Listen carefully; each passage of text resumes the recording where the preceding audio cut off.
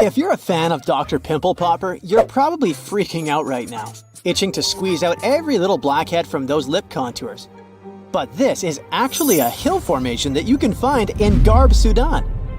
Knowing that perhaps makes it all the more creepy because it looks like the crack in the middle is swallowing up everything around it. This black hole scenario brings to mind our next stop, Vostok Island. This eerie spot is a 59-acre coral atoll situated in the southwestern Pacific Ocean, about 400 miles northwest of Tahiti. If you check it out on Google Earth today, it looks like it's been totally blacked out, sparking all sorts of wild theories. People keep saying that this place is some top-secret base, or even a fictional island straight out of Lost. But what we see here is actually just a dense, dark green forest made up of Pisonia trees. Since nobody lives there and hardly anyone ever visits, the island is pretty much untouched by humans. This massive star, or mandala, is situated just outside Beatty, Nevada. It has got the internet all puzzled, with people trying to figure out if it's evidence of some kind of extraterrestrial activity. To add to the mystery, this spot is right by the Tonopah Test Range, which is also known as the famous Area 52.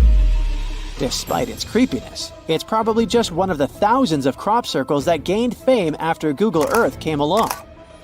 This spiral formation right here is also located in Nevada, and it definitely looks like another chilling crop circle.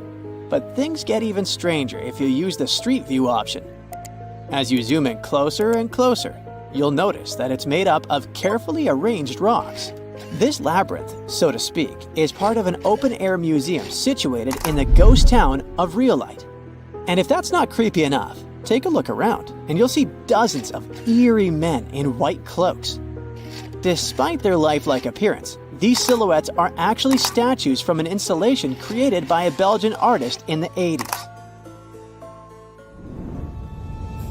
Even stranger than stumbling upon a large circle on the ground is finding a bunch of them. Our next location in Wyoming is filled with peculiar circle structures to the point where it's hard to count them all.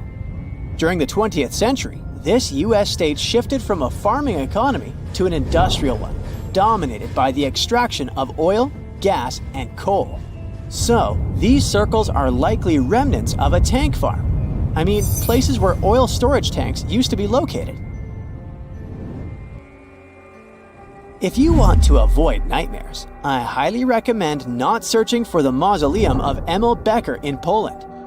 If you happen to find it by using the Street View mode, prepare yourself to face an abandoned place with the most terrifying sculpture there is. Oh, the creeps.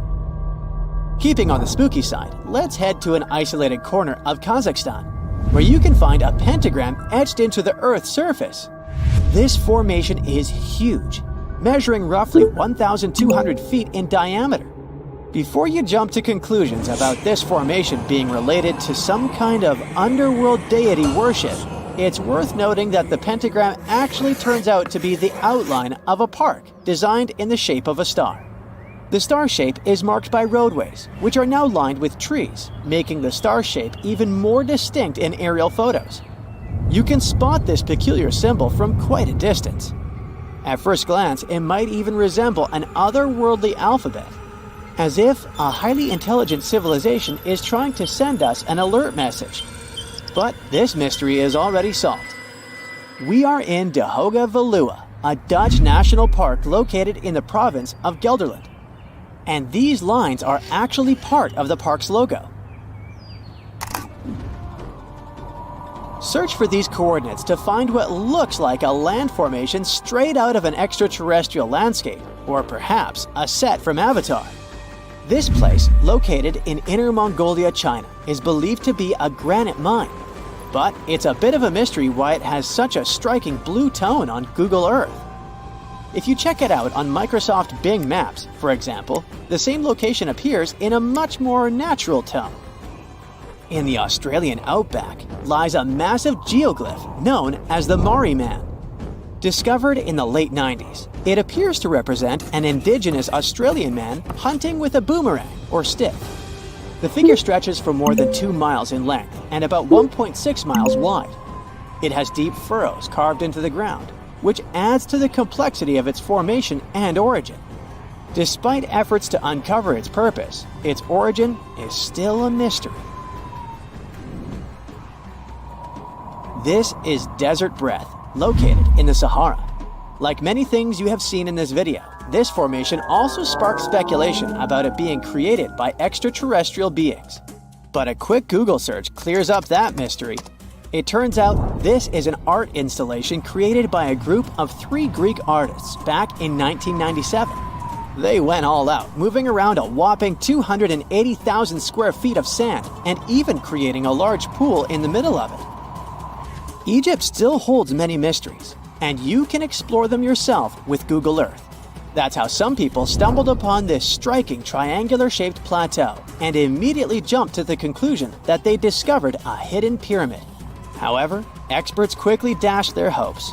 They believe there's no plausible explanation for a pyramid to exist in this area, located 8 miles west of the Nile Valley edge in Upper Egypt. This discovery is likely nothing more than a hill that has suffered the effects of erosion, combined with a heavy dose of wishful thinking.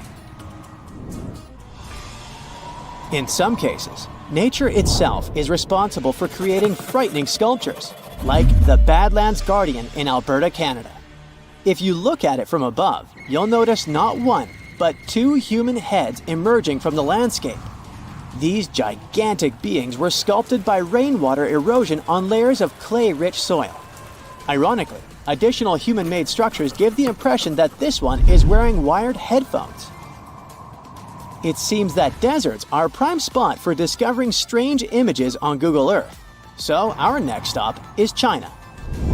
In the Gobi Desert, you'll come across zigzagging white lines that look kind of random. The first challenge for armchair experts was figuring out what these structures were made of, as it's hard to tell if they're painted on or dug into the landscape. There's still a lot of speculation about it on the internet. But the most plausible explanation is that this structure is used for calibrating satellites. This way, satellite cameras can focus on these large grids to orient themselves in space. Check out this intact plane that seems to have sunk beneath the ocean off the coast of Crooked Island, Bahamas. Some viral videos claim it's a crashed plane belonging to the infamous Pablo Escobar. The truth is that something lying on the bottom of the ocean can't be that visible, so it's more likely that it's a plane that was actually flying when Google captured these images.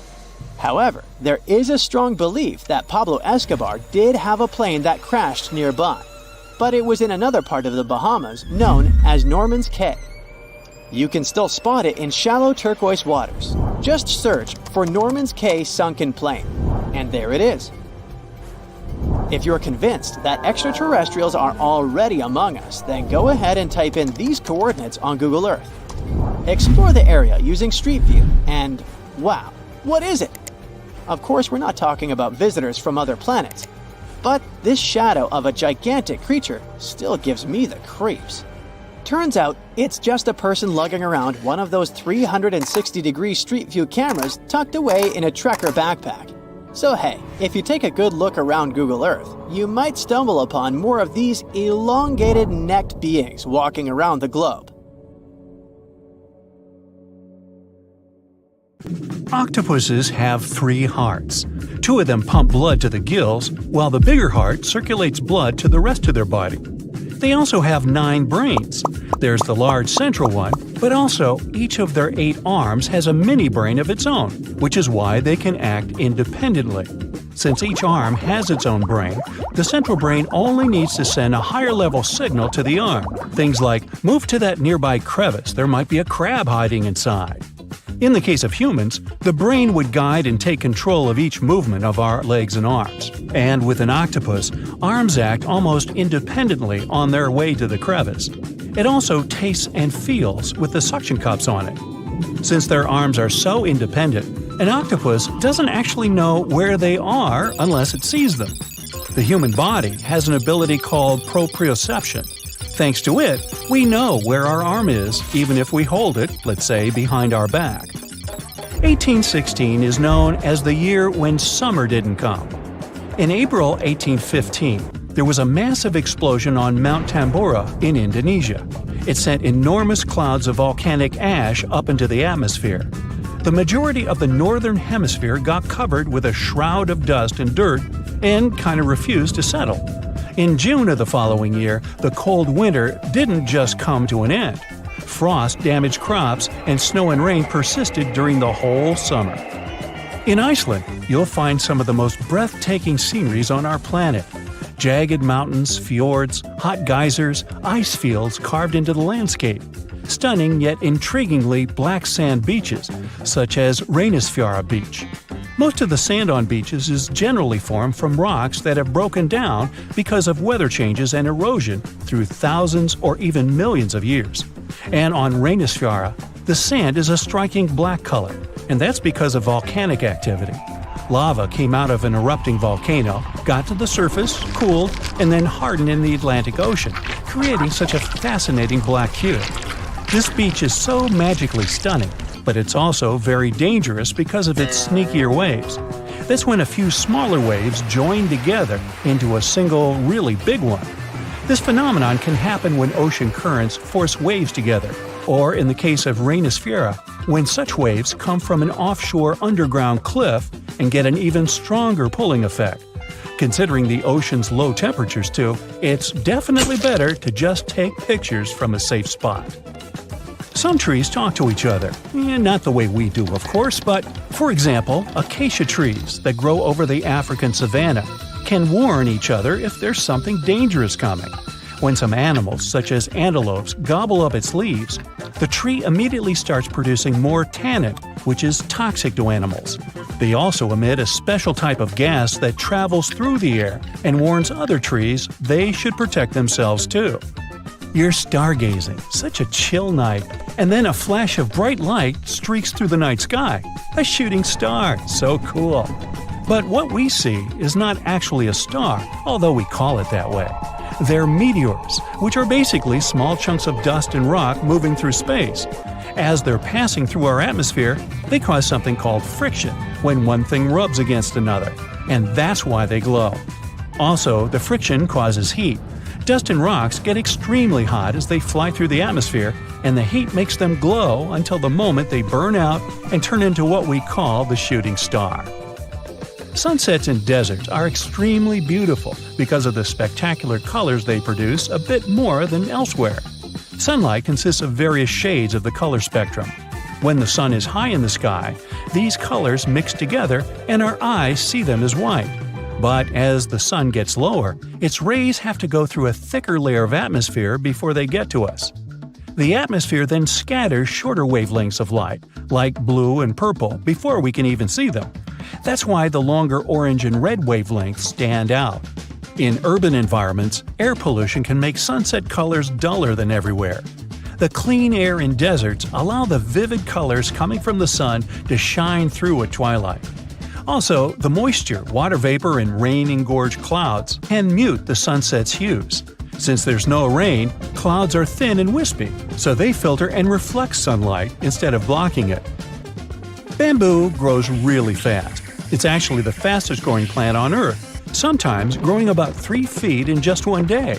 You can find it in dense forests, where only a little light gets to the ground, which means bamboo is under strong pressure to reach the sunlight as quickly as it can. There's an underground stem that connects bamboo shoots to their parent plant, so the shoot doesn't really need leaves of its own until it gets to its full height.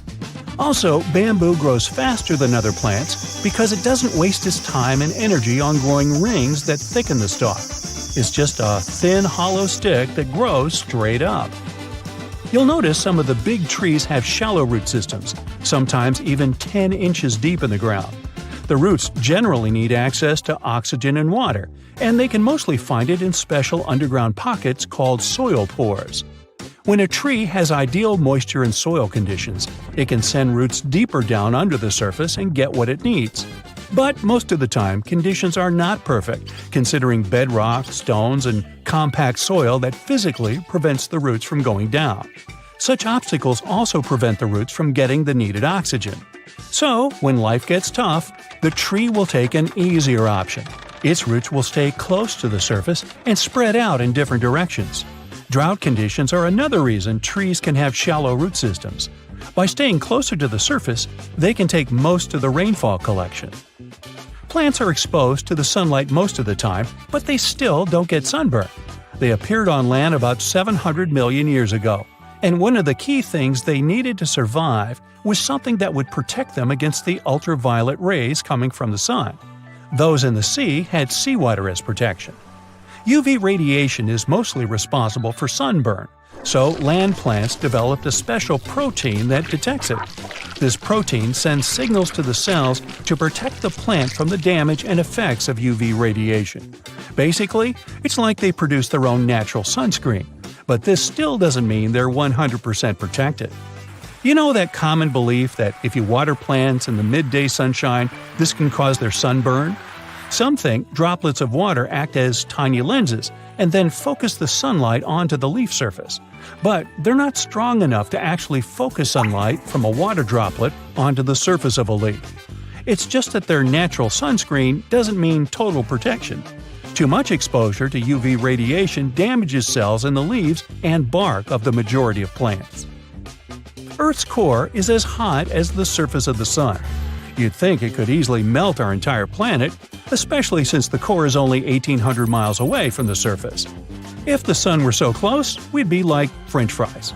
But we're alive because the center of the sun is surrounded by a mantle of rock that's mostly solid. The crust we walk on actually floats on that mantle and protects us. If the sun was close, we'd only have empty space to protect us, and you and I wouldn't be talking. Also, to melt the entire planet, you'd need way more energy than the heat in its core. Behind those huge steel doors is one of the most guarded places on Earth.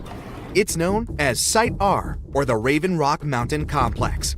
You'll find it in Pennsylvania. The construction is 60 stories underground and is said to be a safe place for people in case of a natural or human-made disaster.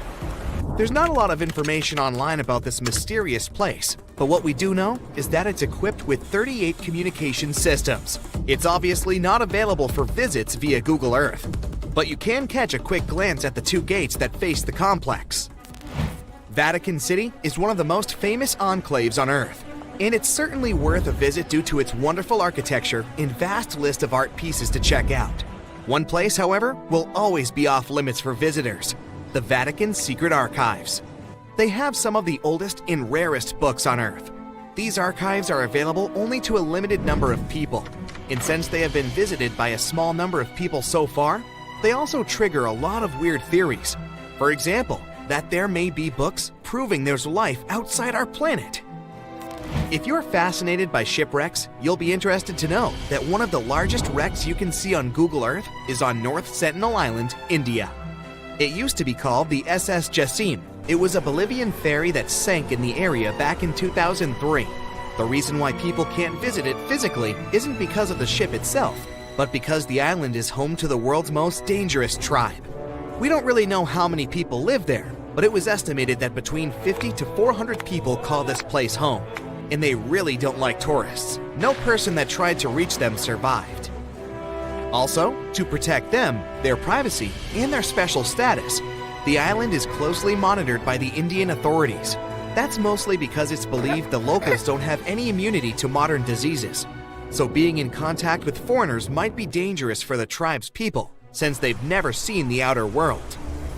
A huge pink bunny appeared seemingly out of nowhere in the Italian Coleto Fava Mountains back in 2005. Besides the locals, some people stumbled upon it online too. They were puzzled by the discovery. Unfortunately, that 200-foot-tall bunny is completely gone today. You can still find the images of it online though. The unusual object was designed by artists from Vienna. They encouraged tourists to climb, jump, or even take a nap on top of the large rabbit. The whole purpose of the project was to allow people to experience what it would be like to live as smaller creatures. The bunny didn't have any removal date at the time it was placed there and was expected to last at least until 2025. But Mother Nature had other plans. A Japanese artist decided to move back to her little home village named Nagoro. But she soon found out that most of her neighbors were moving to bigger cities. To deal with loneliness, she started putting together scarecrow-like dolls, or kakashi, and placing them all over her garden. She didn't stop there though. The artist soon began doing the same with many other places in her village, creating dolls and placing them as if they were taking part in various human activities. These dolls keep moving around too, but the woman likes to stay true to her story and insists she doesn't touch them. You can see the images of this quirky village on Google Maps. This weird portal was discovered via online maps in New Baltimore, New York. It gave people all sorts of bad dreams. With spooky-looking buildings and all sorts of blurry figures, this area soon became a source for many weird internet theories. Turns out it was nothing more than a technical issue, which resulted in those images being rendered in a distorted manner. Either way, if you look for these images on Google, you won't be able to unsee them. This cute miniature world map was created by an artist from Denmark. He continuously worked on this tedious project from 1944 until 1967, using mostly his hands and just a few tools for moving heavy rocks around. He gathered stones at the edge of the water, then recreated the map of the world on the surface of this lake. During the winter, he was able to use a sled to transport larger pieces of rock over the ice and then place them in the perfect position. Apart from the continents themselves, the map also features rivers and lakes, as well as some other famous landmarks. Care to have a look at a sea without any coasts? Search for the Sargasso Sea. You'll find it in the northern Atlantic Ocean. This weird sea is surrounded by 4 ocean currents and no dry land at all. It got its name from the seaweed that grows there, sargassum. Fingerprints on the lens of a satellite camera? You may be tricked into thinking this if you search for the Finger Maze. It's located in the city of Brighton, UK, and is a large fingerprint created in Hove Park. It also has a maze at the center. It can be really hard and time-consuming to look for wild animals on Google Earth, but the Geo browser does have a nice feature that can help if you're eager to see hippos and flamingos in their natural habitat. Try Googling animals from above and start scrolling through these images. This unique feature can take you from Kenya to Namibia and even all the way to Antarctica, where you can see emperor penguins. There are some places on Google Maps that, for specific reasons, aren't available for the online public, like the Royal Palace in Amsterdam. If you head over there via Google Earth, you'll see that everything around the Dutch Royal Palace is still visible, like the vegetation and roads, but the construction itself is blurred from all angles. That's probably because local authorities want to keep the unique views of the palace for the eyes of physical visitors only. The same goes for the Tantaco National Park in Chile. This one is a privately owned nature reserve that can only be seen on Google Maps from a distance. Once you reach a certain point, the zoom feature stops working. Some people say that since it's a nature preserve, it may be home to some endangered species, and extreme measures are taken for their protection. You know how a certain brand of fried chicken has a certain kernel on their logo? Yeah, you won't see any of these logos in high resolution on Google Maps. That's because the online map uses specific algorithms to detect people's faces and blur them out. As you can see, it's not always really that accurate. It's called Snake Island, and the Brazilian authorities prohibit people from visiting it. For good reason. You'll find the island near the city of Sao Paulo in Brazil. It's said to be home to over 4,000 snakes. Some of the most venomous types of reptiles on Earth call this place home. If that's not creepy enough, how about that some of them are so dangerous that a small drop of their venom can permanently damage the human skin? You can see the shape of the island on Google Earth, but the more you zoom in, the blurrier it becomes. Here's another cool thing you can do on Google Earth. Time travel. Well, at least sort of. You won't be able to travel back in time and tell yourself to study more for that tricky exam, but you can see certain historical images of places you like. You can check if this feature works by looking at the upper left corner of the screen. If you can see a small icon with a clock, it may allow you to scroll some years back, but you can also see how sunlight affects Earth if you turn on the sunlight feature. As with many other crazy internet discoveries, it all kickstarted on Reddit with a wild post about wicked forest designs. Just take a gander on Google Earth and hit up the history tool to watch epic transformations from barren valleys to densely populated areas teeming with lush green tree plantations. Currently, Uruguay has approximately 2.7 million acres of artificial forests. Just to put that into perspective, it would take you around 15 to 20 minutes to walk across 1 acre, depending on how fast your pace is. You could spend a lifetime just walking around those artificial Uruguayan forests. But how did they emerge, and how did they reach this scale? So there's this process called afforestation, where trees are planted in previously non-forested areas. This initiative was implemented as part of a larger plan to increase the country's forest cover, resulting in Uruguay now exporting an impressive $2 billion worth of wood pulp annually.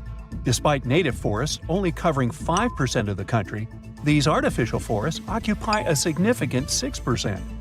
Another cool thing about these forests is that they have special trees that originally couldn't be found in Uruguay.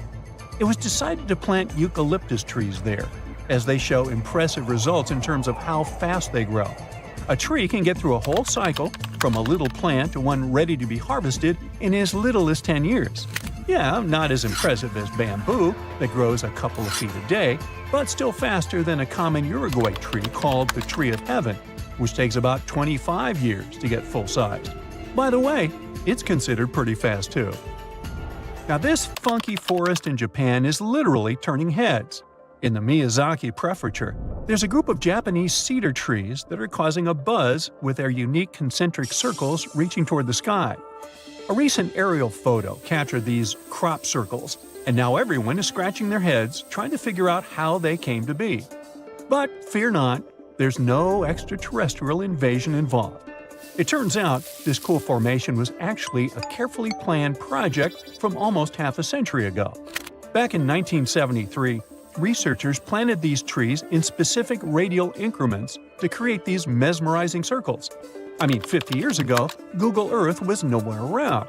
But looking at that forest, you might think that the Japanese have been preparing to boast their forest on the internet for half a century. Now, what's even more fascinating is how the trees grew in a curved shape, spreading out in an unexpected way. Originally meant to be harvested after 5 years, there's now talk of preserving this circular forest because of all the newfound interest. Now, look at this portal in the forest. There's no way it could have emerged naturally, right? If your first guess was that it was a piece of contemporary art, you were right. So, this portal is located in southern Estonia, and it was created by Finnish artist, this guy. This portal is far from being his only creation. He's had other crazy projects too. Like, he once sailed to Estonia in a boat made of bark. He also chopped down a forest plot, sorted all the materials for months, and then made an installation the same size as the original plot. There was even a time when he cut a line in ice with a chainsaw and ended up in a freezing swamp. This guy definitely knows how to surprise people. Most of his works are nature-related, so you probably shouldn't be surprised that this forest portal is yet another creation of his. What do you think the artist wanted to convey through this portal? Let us know in the comments. Trees are something that are definitionally straight, right? Well, not as long as you're in the crooked forest in Poland. Near the ground, the trees there bend sharply to the north, then magically straighten back up after a little detour of 3 to 9 feet. It's like they're doing the limbo, but with trees. The mystery of how these trees ended up swerving like they're on a roller coaster is still unsolved. Some think humans might have intervened to create some funky furniture or boat-building material, while others blame it on a wild snowstorm. Nobody knows for sure. Regardless of how they got this way, the Crooked Forest is a hot spot for tourists and nature lovers. If you ever come to Poland, make sure to visit this nature's wonder. Welcome to the Goblin Forest, a magical section of East Egmont that will make you feel like you've stepped into a fairy tale. This enchanting forest, also known as the Kamahiwa, is famous for the abundance of gnarly kamahi trees that give the whole place an eerie yet stunning vibe. As you hike through the Goblin Forest, you'll be surprised by lush greenery, moss-covered trees, and falling rays of sun that create a truly enchanting atmosphere. It's a photographer's dream come true.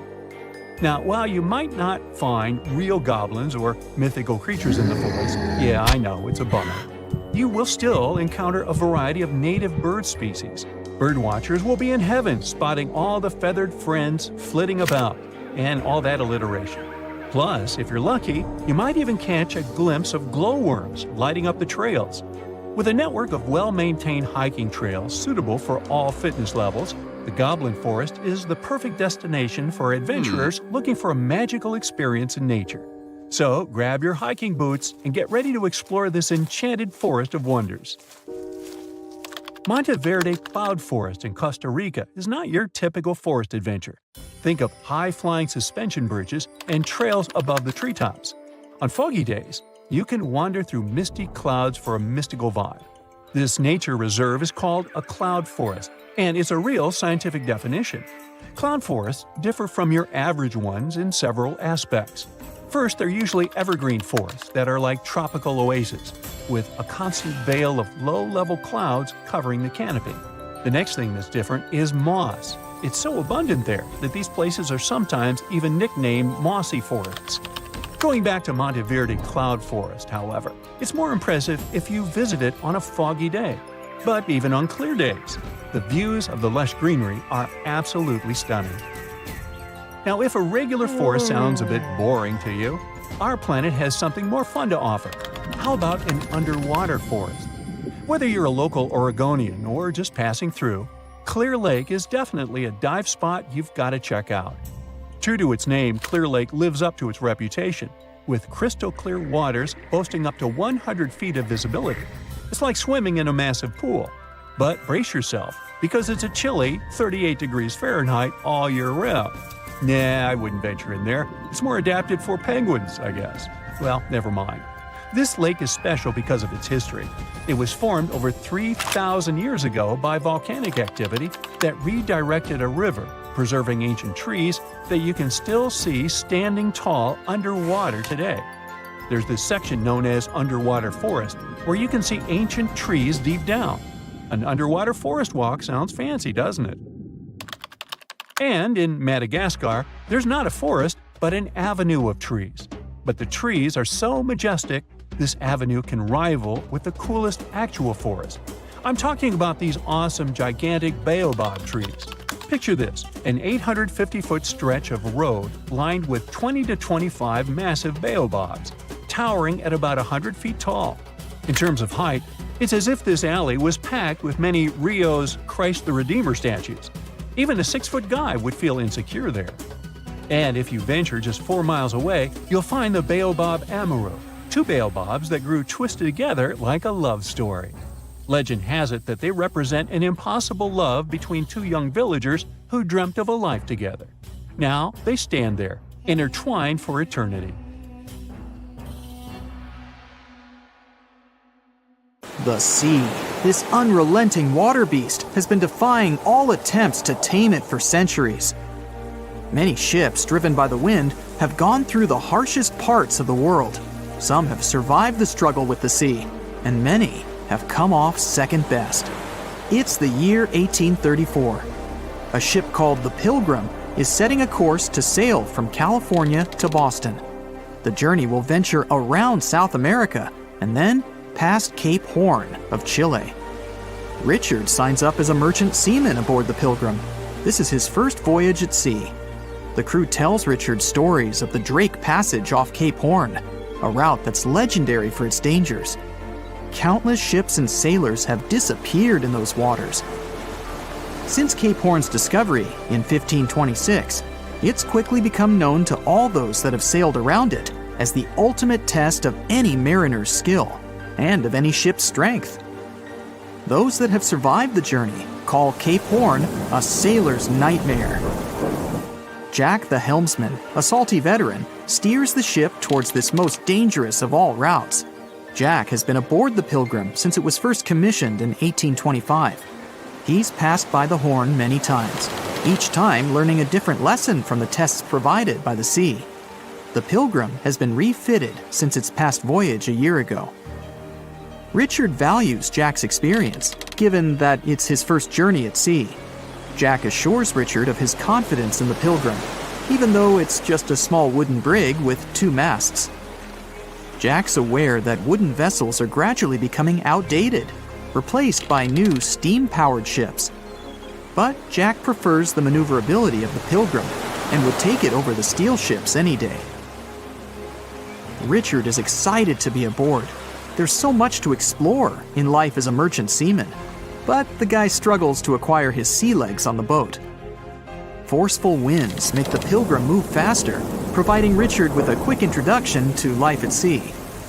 At the same time, Nothing can prepare him for what is to be experienced at Cape Horn. It's the southernmost point of land before Antarctica. The gap between the icy continent and Cape Horn holds the infamous Drake Passage. Approximately 700 miles between Cape Horn and the Antarctic Peninsula. Strong winds provide an uninterrupted, steadfast journey toward the Horn. But, as Jack tells Richard, the winds are more concentrated at the Drake Passage. They create a funneling effect, becoming stronger and more unpredictable. Richard is unsure of what this might mean for the Pilgrim, but understands that there's no easier route to travel around South America. A few days pass. The Pilgrim sails by the many islands that make up the western coast of Chile. Although the sea has been relatively calm, Richard continues to deal with his lack of sea legs. His movements are still not very graceful. The constant, ever-swaying deck rises and falls, and Richard finds it hard to get used to the motion. Random large waves hit the Pilgrim from every angle. The ship is quickly approaching Cape Horn. Richard looks towards great thunderous black clouds in the distance. "Welcome to the Horn," Jack says, half laughing. A wry smile upon his face soon disappears. The man gets serious, knowing what awaits them all. Stronger winds start blowing the sails as the crew scrambles to hang onto the ropes. Richard desperately sets to adjust the aft sails, adjusting for the constant change in strong southerly winds. Jack holds firm at the helm, knowing the importance of his role. He's wary of the swell. It can build very quickly the further south they travel. It's crucial the Pilgrim doesn't venture too close to the Horn when they approach. The great darkness that was in the distance is now all around them, filling the sky in every direction. Blackened clouds throw rain and hail down at the crew as they try to resist the enraged weather. Jack is directed by the captain at the helm, changing the direction of the vessel. The temperature has dropped significantly. Barely keeping the water from his eyes, he turns toward the port side bow to provide his face a brief break from the torment of the wind. Looking out into the distance, the man sees the Horn standing alone, surrounded by mist. It's a haunting sight. He steers the Pilgrim along the face of the Horn, the distance getting shorter. The waves shrink in height since the depths become shallower. But these waves are much steeper, and their angle can cause more damage to the wooden vessel. Jack's unsure how much of these waves the Pilgrim can take before the hull is breached. Richard, still posted at the aft sails, watches the water and icebergs floating by. He's unsure how large they actually are, since they're mostly hidden underwater. But he knows to alert Jack if any get too close. Just one iceberg hitting the Pilgrim will be all that the hull can withstand. Dutifully, he watches over the side and into the distance. Icebergs aren't the only thing to look out for. Rogue waves are common in these seas as well. The connecting Antarctic and Pacific Oceans, mixed with stormy weather, form waves together. This creates much larger rogue waves. Such waves have been known to reach up to 100 feet tall. They can destroy most vessels in their path. It'll surely be the end of the Pilgrim if it comes across a rogue wave. Strong currents adjust the route of the Pilgrim, as though the Horn is trying to lure the ship toward its rocky shallows. Slowly, they are getting pulled closer toward the Horn. Jack is fighting the current at the helm. Spinning the wheel, he strains his body as much as he can.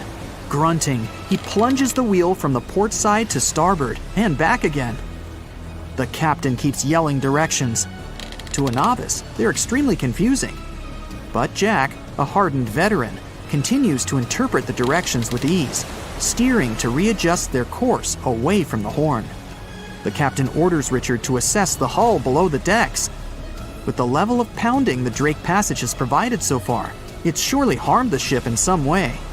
Richard runs to the deck as another sailor yells something at him, but the noise of the sea makes it difficult to hear. A wave hits the side, flowing onto the deck. Richard manages to hang onto the mast before he's almost swept overboard. The entire front deck seems to be underwater.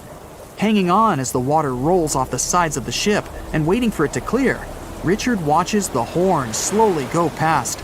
Still, it beckons toward the Pilgrim, as though asking for its dues from the crew. The currents are still pulling the ship, while the storm is raging on, with no end of the struggle in sight. The storm is growing ever larger and fiercer. Richard gathers himself to head below and assess the damage. After a slow descent to the lower decks, Richard can finally look over the hull from the ship's quarters. There's no damage from what he can gather. But he's shocked by the depth of the water inside. It's now at waist depth. Cups, amongst other things, float in the water. Even inside the ship, the guy can't escape the waves. Unable to make sense of it all, he stands frozen, listening to the almighty power of Mother Nature outside. The sea roars even more wildly, waves constantly thudding against the hull. It sounds like a somber drumbeat, a slow countdown to the demise of the Pilgrim. Richard forces himself back to the terrors of the above decks, grasping onto the rails to carefully walk the slippery stairs. He leaves the disturbing creaks of the wooden decks. They're soon replaced with the strained sounds of the ropes, the yells of other sailors, and the deafening roar of the sea crashing all around him. Jack is at the helm, focused on his role, still fighting the wind and the waves, even with the addition of ice and frost. It seems that the world around him has set its heart to distract the man from his duty, but Jack pushes on determinedly. For 9 days, the Pilgrim fights the constant changes in stormy weather, facing all kinds of obstacles, but the ship manages to make it through. As they leave the storm behind, the crew sets their course north for their final destination. The sight of the sun peeking through the dark clouds is the most relieving thing Richard has ever experienced. Unfortunately, Richard lost his rations at some stage during the storm. At sea, if your rations are lost, it's your own bad luck. Luckily, Jack is kind enough to share some of his. Imagine you're surfing a perfect wave, and then it suddenly freezes. Well, it sure sounds creepy, but couldn't possibly happen in real life, right? Wrong. You can see mind-blowing frozen waves in Antarctica. These waves occur when the ice gets compressed and the ever-increasing pressure squeezes the air bubbles out. As for the beautiful blue color, it's the result of ice melting and refreezing. When the summer begins, an ordinary-looking river in Colombia transforms into a liquid rainbow. Caño Cristales, also known as the most beautiful river in the world, sparkles in 5 colors: red, black, green, blue, and yellow. It only looks like this for 6 months of the year because the aquatic plant that gives it the bright hues needs the right water level and amount of sunshine to use its magic. Australia is home to a unique horizontal waterfall on the coast of the Kimberley region. It's really just a fast tidal flow moving through 2 narrow aligned rocks. The tides can rise 30 feet.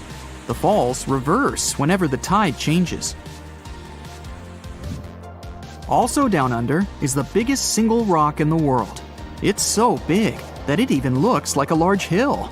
It has a circumference of 6 miles and is 1,150 feet high. The edges are eroded since the rock has been around forever.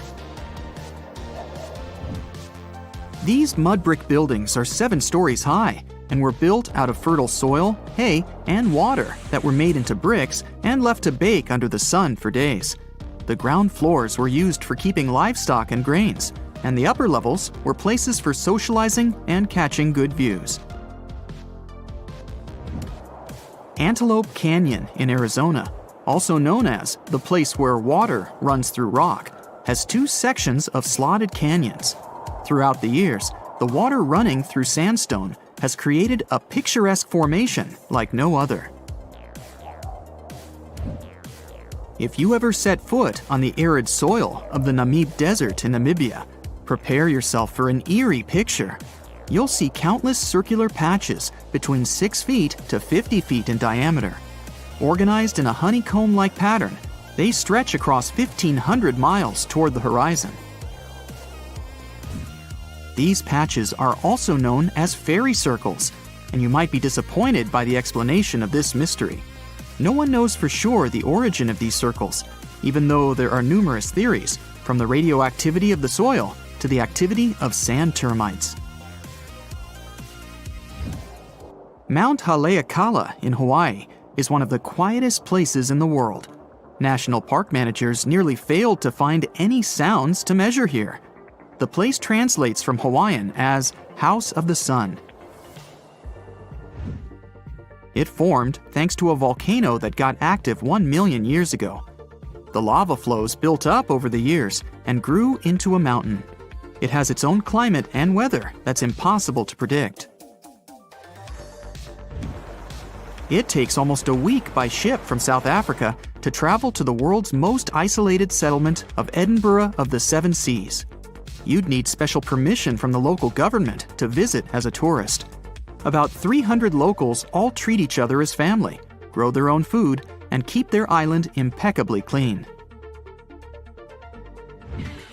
Daintree Forest in Australia is the oldest rainforest in the world. It has been around for over 100 million years. Daintree is home to some unique animal species, 12,000 different types of insects, and about half of Australia's frog, butterfly, and bat population. The rainforest also has around 3,000 types of plant species. Rocks that travel are called sailing stones because they seem to move across the dry lake bed of Racetrack Playa in Death Valley National Park, California. As the rocks move, they leave behind a creepy trail that used to have scientists baffled. After all, some of the boulders weigh more than 660 pounds. On top of that, some of the trails are curved, while others are mostly straight, with unexpected turns to the right or the left. But eventually, NASA experts cracked the mystery in 2006. It turns out that in winter, the lake fills with water, covering the boulders at the bottom in ice. And since ice is pretty buoyant, underwater movements and winds make the stones move across the lake bed.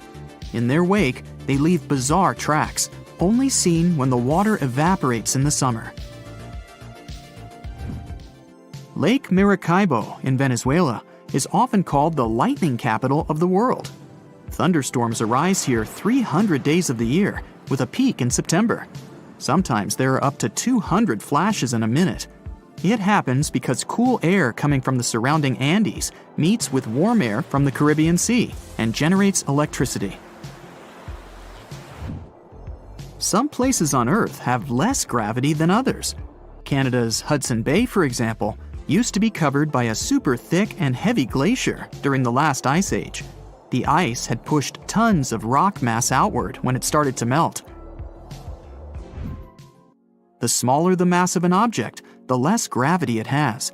It'll take another 5,000 years for the Earth to get into its original shape in this spot. Until then, you'll always weigh less here than anywhere else in the world.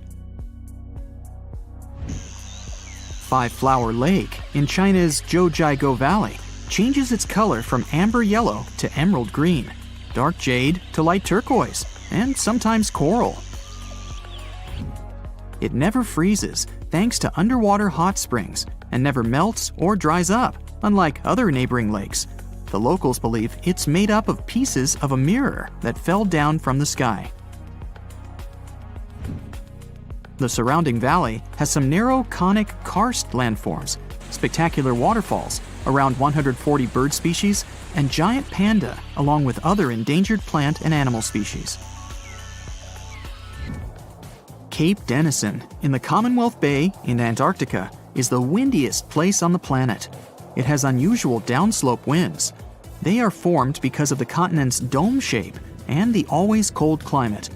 These winds are so fast and strong, they ruin the measuring instruments and the masts they are attached to. The record speed so far was 200 miles per hour. The Sahara Desert, which takes up 10% of the African continent, is extremely hot and dry. That's why it's one of the top places with the clearest skies. There's hardly ever a cloud above it.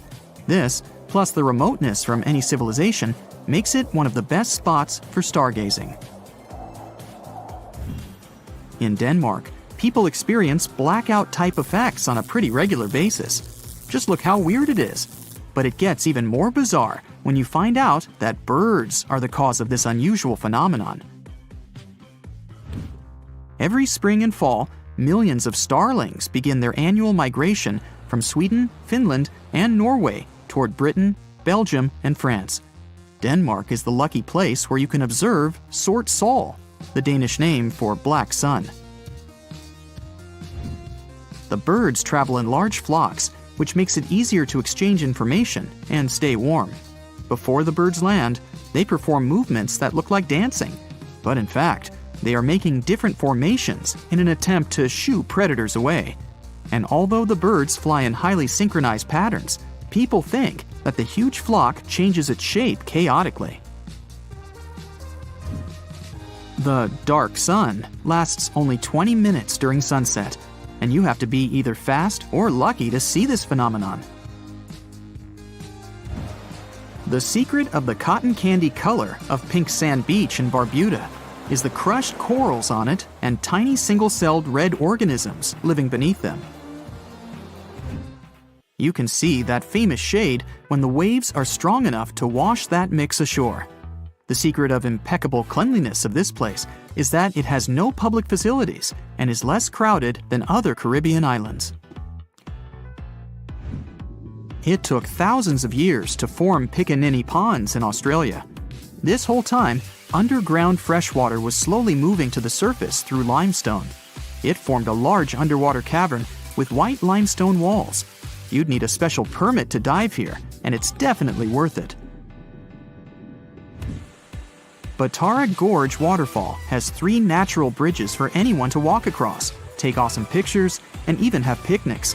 The waterfall is a result of limestone erosion that's been going on for millions of years, even though it looks like someone punched a hole right in the middle. It's located in the village of Tanarine, which is just 2 hours away from the capital Beirut. A village in the Meghalaya state in India is known as the wettest on the planet, according to the Guinness World Records. The average annual rainfall here is about 470 inches. It's a result of warm, moist monsoon winds coming from the Bay of Bengal, bringing clouds full of rain. It flows into rivers and waterfalls and never stops. The locals that work in the fields always wear basket-like covers to protect themselves somehow. The village of Leknes, with a population of about 3,500, is located in Norway, above the Arctic Circle. It has an unusually warm climate compared to other places in the same latitude. In January, the average minimum is 32 degrees Fahrenheit and rarely drops below 30 degrees Fahrenheit. July average temperature is 53 degrees Fahrenheit. That's pretty regular for many places in Europe. Wow, talk about noisy! Toadfish have a unique ability. They can create a very strong sound. The human ear usually can't hear it, especially if only one fish is making the sound. But if many fish are making the sound at the same time, well, it's going to be hard to forget, and you may not be able to stop hearing it. Toadfish are a common part of the fauna off the coast of Sausalito in California, and every year thousands of them gather in the shoals to party and scream. Together, they create a collective sound that can be easily heard by those in the houses near the shore. The noise, which can be described as a low hum, can even penetrate into the city center. Some people get bothered by this constant humming. This is a unique natural phenomenon, but there's a catch. At some point, the fish swim away from the shore, but the sound remains. Also, scientists have proven that this fish-made noise can't spread through the city, and many residents of the coastal areas don't hear it. But still, some people continue to hear this strange hum. In a similar case, imagine that you've moved to a small village in Scotland. You rent a house, have dinner, and go to bed. As you're settling into sleep, a strange hum permeates your room. It sounds like someone started their truck somewhere in the distance. The sound is similar to the sound of a low, loud bass that comes from a speaker. The hum keeps you awake. You get migraines and even feel nauseous. In the morning, you find out that some other locals also hear this terrible buzzing. They tell you about a huge factory located nearby. Machines, engines, steam boilers, big air vents, and generators emit a loud, heavy hum that passes through the air. Sound waves spread throughout the village and annoy people with a sharp sense of hearing. You've been hearing this sound for several days and suffering from insomnia. Then, one day, the factory goes bankrupt. All the workers leave their positions and turn off all the engines and fans. Great, you'll finally sleep in peace. But you know what? The sound doesn't disappear. It follows you wherever you are. And it's not about the factory or the fish or the truck engine. Imagine that you're walking down the streets of a small English town. There are a lot of planes flying right above you. The hum they make follows you. Even in bed you can hear it. You wonder if there's an airport nearby. You ask the locals and find out there's not even a runway here. But where does the sound come from? You raise your head to look up and see a clear sky. There are no planes, but there's noise. And you're not the only one who hears it. Some locals are sure that the hum comes from high-speed traffic on the highway. Thousands of cars drive in two directions and leave massive sound waves behind. But at night, there are no cars there, and the sound remains. Maybe you're going mad. People's stories about the hum save you from this madness, and it's not just the residents of this town that know about it. About 4% of people on the planet hear the hum. Strangers tell each other about the hum that prevents them from sleeping and concentrating on something. The sound follows them everywhere and doesn't stop. Some people hear it in certain places, so they move to other cities. Maybe you're hearing it right now and not paying attention. But be careful. If you recognize it once, you won't be able to stop hearing it. There's a website and a forum on the internet dedicated to the hum. People from all over the world put geolocations in places where they heard this mysterious phenomenon. You can find thousands of these coordinates on the site and even add your own. People describe different levels of noise and share their sources. Some theories say that the hum is the sound of our planet coming from the core. Someone else is sure that it comes from the atmosphere. Scientists have even been consulted, but they also don't know the reason for this phenomenon. People use high-frequency microphones and amplifiers to record the hum. Almost everywhere, they detect a low-frequency vibration that is practically impossible for the human ear to catch. It mixes with the sound of cars, printers in the office, and subway trains. Sometimes people stop hearing it, but the hum increases when they lie in bed. Many records about the hum say that people hear it in industrial cities. Sometimes these sound seekers manage to find the source. They ended up being factories with running generators where the sound was getting into the ventilation system and where the fans spread it outside the building. When the generator stopped working, the sound disappeared. But these are rare cases. More often, no one can find the source of hum. One of the most famous places where you can catch it is in the city of Taos in New Mexico. About 2% of locals hear a strange buzzing every day. Some tourists experience it too. Scientists came to the city to study this mystery, but found no explanation. Some theories say the usual acoustics of this place cause the hum. Some folks think it's just a hallucination or the power of suggestion. Everyone talks so much about the hum that the brain creates an illusion of a sound that doesn't exist. Locals believe the nature of the buzzing is mystical and associated with bad spirits. Whatever it is, no one has found out the truth yet. The hum that people hear all over the world may be the result of seismic activity in the tectonic plates under the ocean waters. Huge chunks of the Earth's crust are slowly moving and colliding with each other. This creates a noise that reaches us in the form of a hum. But why do only a few people hear it? Perhaps about 4% of the world's population has a unique sense of hearing.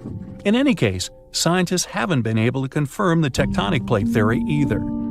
Some researchers point to submarines as the reason. They use low-frequency radio signals to communicate around the world. These signals spread over the surface and can affect the human body. When the ear catches these sound waves, it reacts and causes vibrations similar to humming. This happens because low-frequency sound energy collides with the soft tissues of the skull and stimulates the auditory nerve. In fact, it's not even a sound. It's a hallucination that is created by your brain. But still, no one can confirm this theory either. Perhaps thunderstorms can create the hum phenomenon. About 8 million lightning strikes hit the Earth every day. Some impact creates a powerful electromagnetic charge. Lightning penetrates the air and makes it resonate between the Earth's surface and the ionosphere. Yeah, it sounds complicated, but the principle is simple. Imagine that you're blowing onto the neck of a bottle. Hear this low hum? Lightning works similarly with air. And that's just one hit. Imagine millions of these strikes. The sound waves spread all over the planet, and some people hear them. Lightning constantly strikes all the time, so the hum never stops. In 1973, scientists put forward a theory that the reason for the hum is the jet stream shearing against slower-moving air. In simple words, wind and fast air flows intersect slower ones. As a result, a whistling sound appears, and electric towers and power lines amplify it. By the way, the first reports of the hum appeared in the 70s. People learned about this phenomenon from the small British city of Bristol. Dozens of residents heard this strange noise in different parts of the town. In the beginning, they ignored it. Then the sound became increasingly more irritable. It prevented people from working and living their everyday lives. They couldn't sleep and couldn't concentrate on anything. There was a warehouse with industrial fans in a neighboring town. The locals were sure that this was the reason for the hum. The warehouse stopped working a few years later, but the sound remained. You may even be able to hear it right now if you visit the city. There are many theories about the hum, but you can reduce almost half of them thanks to one factor. Tectonic plates, seismic activity, lightning strikes, the Earth's crust, and resonating air are logical explanations. But look at all the records about the noise. People hadn't mentioned this until the 70s. If this phenomenon had appeared earlier, many newspapers would have written about it. Apparently, the hum is not a mystery of nature. Perhaps this is a consequence of all of our technological achievements. Factories, power lines, airplanes, cars, ships, trains, microwaves, and generators create an imperceptible background noise that most people ignore. We're so used to all these noises that we have forgotten what silence is. Perhaps our brain made the hum inside our heads to respond to our noisy world. If you start to listen carefully right now, what kind of sounds will you hear? Where are they coming from? And is there the hum among them? Antarctica. It was once a green land full of dinosaurs, but now it's a frozen continent bigger than that of the US that doesn't belong to anyone. It isn't hard to find. Wherever you go, just go south until you get to the big icy thing at the south pole of our planet. It lies within the Antarctic Circle, and it's the largest single mass of ice on Earth. The continent is bigger than the US and even bigger than all of Europe. And still, Antarctica was officially discovered recently. Scientists hadn't known of its existence until 1820. After the discovery, it took another 2 decades to confirm it was a whole new continent, and a few more decades after that to decide on a name. In Antarctica, anti means the opposite. So Antarctica literally means the opposite of the Arctic. Now, even before scientists discovered the land, ancient Greeks already theorized that there must be a southern continent to balance out the Arctic in the north. Also, some scientists who studied Polynesian artwork and oral history believe that Polynesians found the continent over a millennia before the Europeans did. Anyways, today we all know of this icy land at the South Pole. Because of its location, there are just 2 seasons there, summer and winter, and both last 6 months. In summer, it's a bit warmer, and the continent exists in pure daylight. And in winter, it's dark all day long. 98% of Antarctica is ice. This continent alone stores 60% of the planet's fresh water. And yet, despite all those water reserves, Antarctica is the biggest desert in the world. By definition, a desert is an area with sparse vegetation and little snow or rain. Notice that plenty of sand isn't a necessary condition here, even though the continent does have some sand and even sand dunes. It also gets a lot of wind. Antarctica is the windiest continent on Earth, and wind speeds can reach 200 miles per hour. That's even faster than hurricane winds. The little snow the land gets never melts. It just builds up over time, for centuries and millennia. So there's a thick ice layer there. This makes Antarctica full of hidden secrets. There's a whole new world underneath its ice. For example, there are a lot of mountains on the continent that are like 9,000 feet tall. It's taller than 3 Burj Khalifas stacked on top of each other, if we must, and that's currently the tallest skyscraper in the world. But we don't see all those mountains because they're all hidden under the ice sheet that's almost 16,000 feet thick. There's also a lake down there, beneath over 11,000 feet of snow. The lake is called Lake Vostok, named after Vostok Research Station, under which it's located. Originally, it was just a hypothesis. Over a century ago, a scientist suggested that the huge pressure created by tons of ice could decrease the melting point of ice in the lowest layers of the ice sheet, creating liquid water, which could form a lake. He didn't prove his ideas in his lifetime, but others continued his work and confirmed that this theory was true.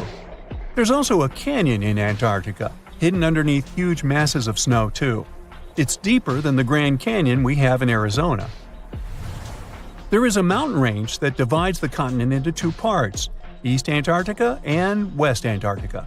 The western part of the continent is experiencing higher temperatures and is starting to melt. If West Antarctica melts and releases its stored water, it will raise the average global sea level by about 16 feet. That will be enough for some cities all over the world to completely disappear. Perhaps the first to turn into a water world will be Thailand's capital, Bangkok, which is just 5 feet above sea level. Then it will be Amsterdam in the Netherlands, followed by Ho Chi Minh City in Vietnam, Cardiff in the UK, and New Orleans in the US. People do a lot of work in Antarctica now, residing there for many months at a time to study this mystery of a continent. Over the years, even a few children were born there. But it's not a country, and the land doesn't belong to anyone. It's governed by the Antarctic Treaty System, an agreement of peaceful research and collaboration that suspends all territorial claims. It was first signed by 12 nations, and now there are 59 supporters, half of whom have decision-making powers. The continent is occupied all year round by researchers from all over the world. There are about 5,000 people living there in summer and about 1,000 in winter. Yet no one is a permanent resident there. People come and go, and the scientists take turns spending time there. The average yearly temperature there is negative 30 degrees. But there was a time when Antarctica was about as warm as Melbourne, Australia is today. It was about 40 to 50 million years ago. I wasn't around then. But the continent had green forests and dinosaurs roaming its land, chilling in the sun in a 63-degree Fahrenheit environment. That was before penguins. In our age, it's so cold that you won't even find any trees or bushes in Antarctica, just the snow. The only plants that can thrive in such extreme temperatures are lichens, moss, and algae. People can't stand such freezing conditions for lengthy periods of time either, so the continent has never had any indigenous population. Well, that is, if we don't count penguins, seals, whales, and a few other types of birds that live there now. Antarctica's fauna is the scariest and least diverse on the planet because only a few organisms can withstand its harsh conditions and because non-natives aren't allowed to be brought there. So, if you decide to travel to Antarctica with your cat, well, you can't. Hey, I don't make the rules. But those few species that live on the South Pole totally own the place. There are no more than 5,000 people there and around 20 million penguins. They are a kind of settlers, though. Penguins' first ancestors lived in Australia and New Zealand. There are still a few penguin species there, including the smallest penguin on Earth that is just 1 foot tall. Still, most of the penguins migrated to Antarctica at some point, possibly because they were attracted by the greater food supply there. It's not the cold that made them like the land. It turns out, most penguins leave the continent when the summer ends. The only ones that stay there are male emperor penguins, and they do it to warm and protect eggs left by their mates. But where do all the other penguins go? At first, it was a big mystery even to scientists. But then they attached some tiny location devices to the legs of a few of these animals and figured it out. Penguins go to live in the southern oceans while it's too cold in Antarctica. None of them go ashore for half a year until they get back to the continent. When they come back, it's when those eggs, left for male penguins to nurture, start hatching, and so penguin families can be together when it happens. Penguins eat different fish, and the ocean is full of those despite its cold temperature. In some areas, water can reach below freezing temperatures because it's salty. But fish don't freeze there because they have antifreeze proteins in their bodies. Then there are also about 1 million seals in Antarctica. They like fish too, and they can hold their breath underwater for 2 hours. They see way better underwater than in the bright light of the day, and they also use their whiskers to locate food. Their breathing holes in the ice can freeze while seals are away, and they must use their teeth to make a new one. Seals can even sleep underwater and then resurface occasionally to get some air without waking up. I can appreciate that. So, we might be getting closer to finding a massive icy planet beyond Neptune's orbit. Yeah, sorry Pluto, still not you. Recently, some universe mapping using data from a telescope in Hawaii eliminated about 78% of the possible locations for this mysterious Waldo from space. Some people call it Planet 9, while others prefer Planet X. Either way, it's been causing controversy since its existence was first proposed, and that is mainly because no study so far can answer the big question: does it really exist? If discovered, Planet 9 would rank as the 5th largest planet in our solar system, with a mass 10 times that of Earth. It's also theorized to be gaseous, like Uranus.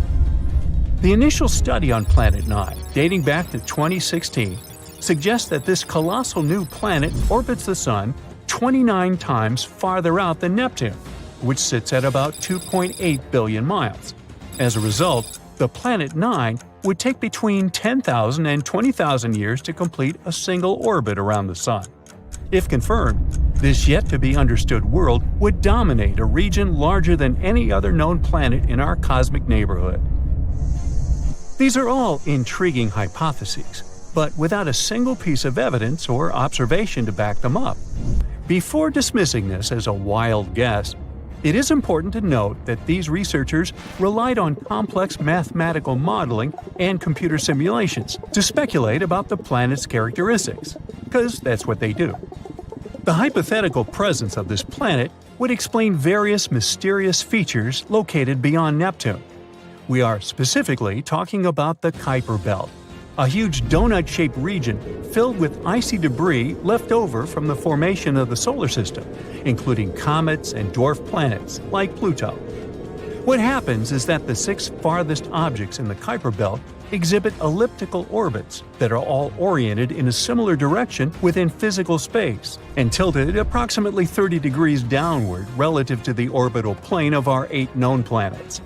What's strange here is that, despite their distinct orbital velocities around the solar system, they maintain this alignment. The likelihood of such alignment occurring randomly is extremely low, around 0.007%. So, here comes Planet 9, a hypothetical massive celestial body that offers a plausible explanation for this strange phenomenon, potentially exerting gravitational influence to shape these orbits. The initial theory didn't hold up for long, facing accusations of observational bias and calculation errors. Then, in 2017, another study popped up, sparking back the idea that maybe Planet 9 is out there after all. This time, Spanish astronomers tried a novel approach, focusing on observing extreme trans-Neptunian objects. These celestial bodies orbit the Sun in highly stretched elliptical paths, with average distances exceeding 13 billion miles. The research suggests that the distances between these objects' nodes and the Sun might provide clues to Planet 9's location. You see, these nodes are the points where a celestial body's orbit intersects the solar system's plane. When these objects reach these points, they're more likely to interact with other solar system bodies, potentially causing significant changes in their orbits or even collisions. So, if the trajectory of these extreme trans-Neptunian objects remains stable, everything's fine. But if it's not, well, that's a sign that something else, something big, is messing with their path. And that's exactly what the research found. There is something unseen out there, throwing these objects off course. And that something could be a planet, chilling at a distance between 300 to 400 times farther from the Sun than Earth. To this day, the study of the extreme trans-Neptunian objects is the strongest evidence we've got for Planet 9's existence. And if you're still not convinced by this theory, know that strange motions like these have led to planetary discoveries before. Neptune, for instance, was spotted because Uranus's motion didn't quite agree with the predictions of Newtonian gravity. But the deflection of its orbit could be explained if it was caused by a pull of an undiscovered planet. And just like that, we discovered Neptune. Now, the year is 2021, and there's all this buzz about Planet 9 again. After correcting some old guesses, studies are now leaning towards the idea that this mystery world follows an epic loop around the Sun every 7,000 years. That is massive news, because it means this planet might be closer than we ever thought, making it easier for our telescopes to spot it. The paper also suggests there is a whopping 99% chance that the funky orbits of these distant objects are all because of this unseen planet, not just some cosmic coincidence. Now, the odds of this whole situation being a fluke are down to a 1 in 250 chance, which is much better than the 1 in 10,000 chance back in 2016. All these optimistic numbers have brought us to where we are today, keeping our hopes and working on better equipment to continue the mission of spotting Planet 9. As mentioned earlier, researchers in Hawaii created some kind of treasure map utilizing the Panoramic Survey Telescope and Rapid Response System to eliminate 78% of its locations. This is great news, considering how challenging it is to find a planet-sized needle in a cosmic haystack. But unfortunately, Planet 9's presence remains a ghost in the dark outer reaches of our solar system. Enthusiasts are still convinced of its existence and believe it is only a matter of time before we celebrate the discovery of Earth's new cosmic cousin. They're putting their hopes on the Vera C. Rubin Observatory, which is currently under construction in Chile and is scheduled to begin science operations in late 2025. Over the course of 10 years, this observatory will scan the entire southern hemisphere sky every few nights with a 27-foot, fast-moving telescope equipped with the largest digital camera in the world. The idea is to catalog everything in the solar system, reaching out to and beyond Neptune, and tracking the movements of millions of celestial objects, including space junk, asteroids, comets, and stars. If Planet 9 is indeed out there, this next-generation telescope could be the one to find it.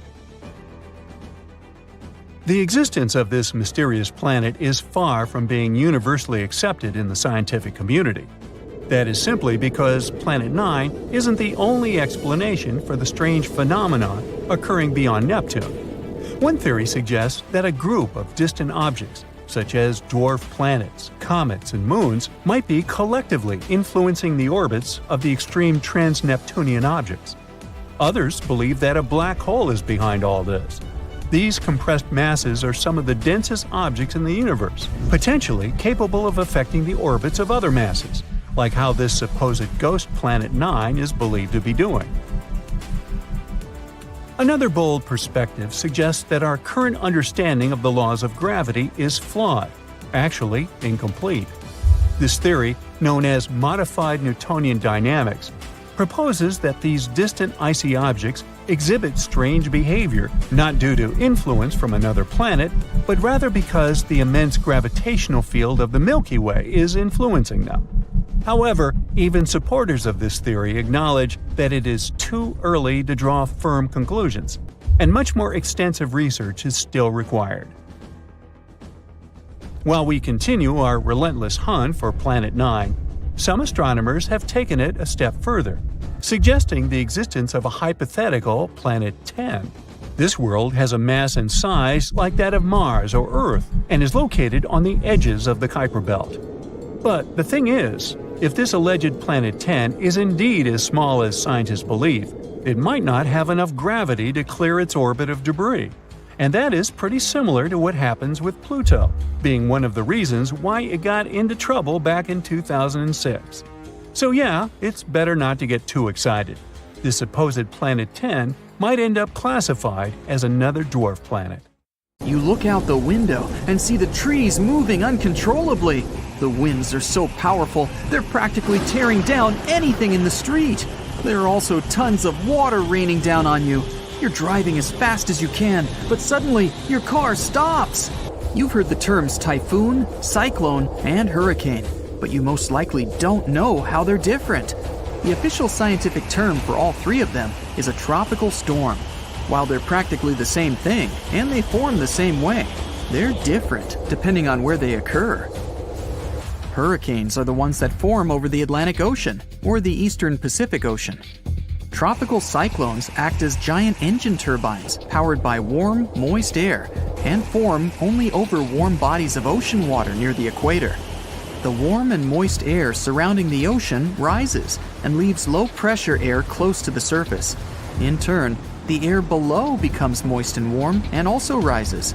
The cycle goes on, with warm air pushing up and squeezing the low pressure near the surface, only to rise as warm, moist air. When the warm, moist air cools off, it forms clouds. These clouds create the tropical storms we all fear. The storms spin the same way as the Earth is rotating. So, storms to the south of the equator rotate clockwise, and storms north of the equator spin counterclockwise. The eye of the storm happens when the storm spins so fast that it actually becomes visibly clear in the center with low air pressure. But you'd have to look at it from above, which is super risky. Tropical storms normally move at around 39 miles per hour. Tropical cyclones are way faster, around 74 miles per hour. They're also known as hurricanes. If you're standing at the tip of the North or South Pole, the Earth's rotation will appear to stand still, even though the rest of the Earth is experiencing day and night like everyone else. In the poles, you have really long nights and days that last for months. Over at the equator, time moves along with the distance around the planet, which is around 25,000 miles long. The Coriolis effect makes wind patterns traveling long distances around Earth appear to move in a curve rather than a straight line. And because of the planet's unique shape, the speeds are different. It affects the Coriolis force and hurricanes as well. Because there's no curving of the object's path as measured relative to Earth's surface at the equator, the Coriolis force equals 0. A hurricane starter pack includes deep, warm ocean water. It all happens in the moist middle layers of the atmosphere, with a chilly atmosphere on top. It also takes some low wind and some surface disturbance. And it can stretch around 300 miles away from a large body of water where the center of a large hurricane is. The good thing is that hurricanes get weaker when they hit the land because the warm water in the middle of the ocean isn't giving it the juice it needs to stay pumped. But it'll still carry a sustainable amount of damage with the strong winds and rain. In 1900, one of the biggest hurricanes struck near Central America and in the Gulf of Mexico. It then went as far as Florida and Texas and is considered to be the most devastating hurricane in the United States' history. They first detected it on August 27th, and it lasted for many days. By the time it reached the Texas coast, the storm had turned into a Category 4 hurricane. Hurricanes are categorized on wind speed and intensity using something called a Saffir-Simpson scale. There are 5 different categories from 1 to 5, with 1 being the weakest and 5 being the strongest. A Category 1 storm has winds moving at between 74 to 95 miles per hour. You can expect some trees to be uprooted and mobile homes destroyed. It can take out some home exterior and cause major power outages. Category 5 hurricanes speed up to over 155 miles per hour and leave nothing in their path. They can even wipe out some buildings right off their foundation.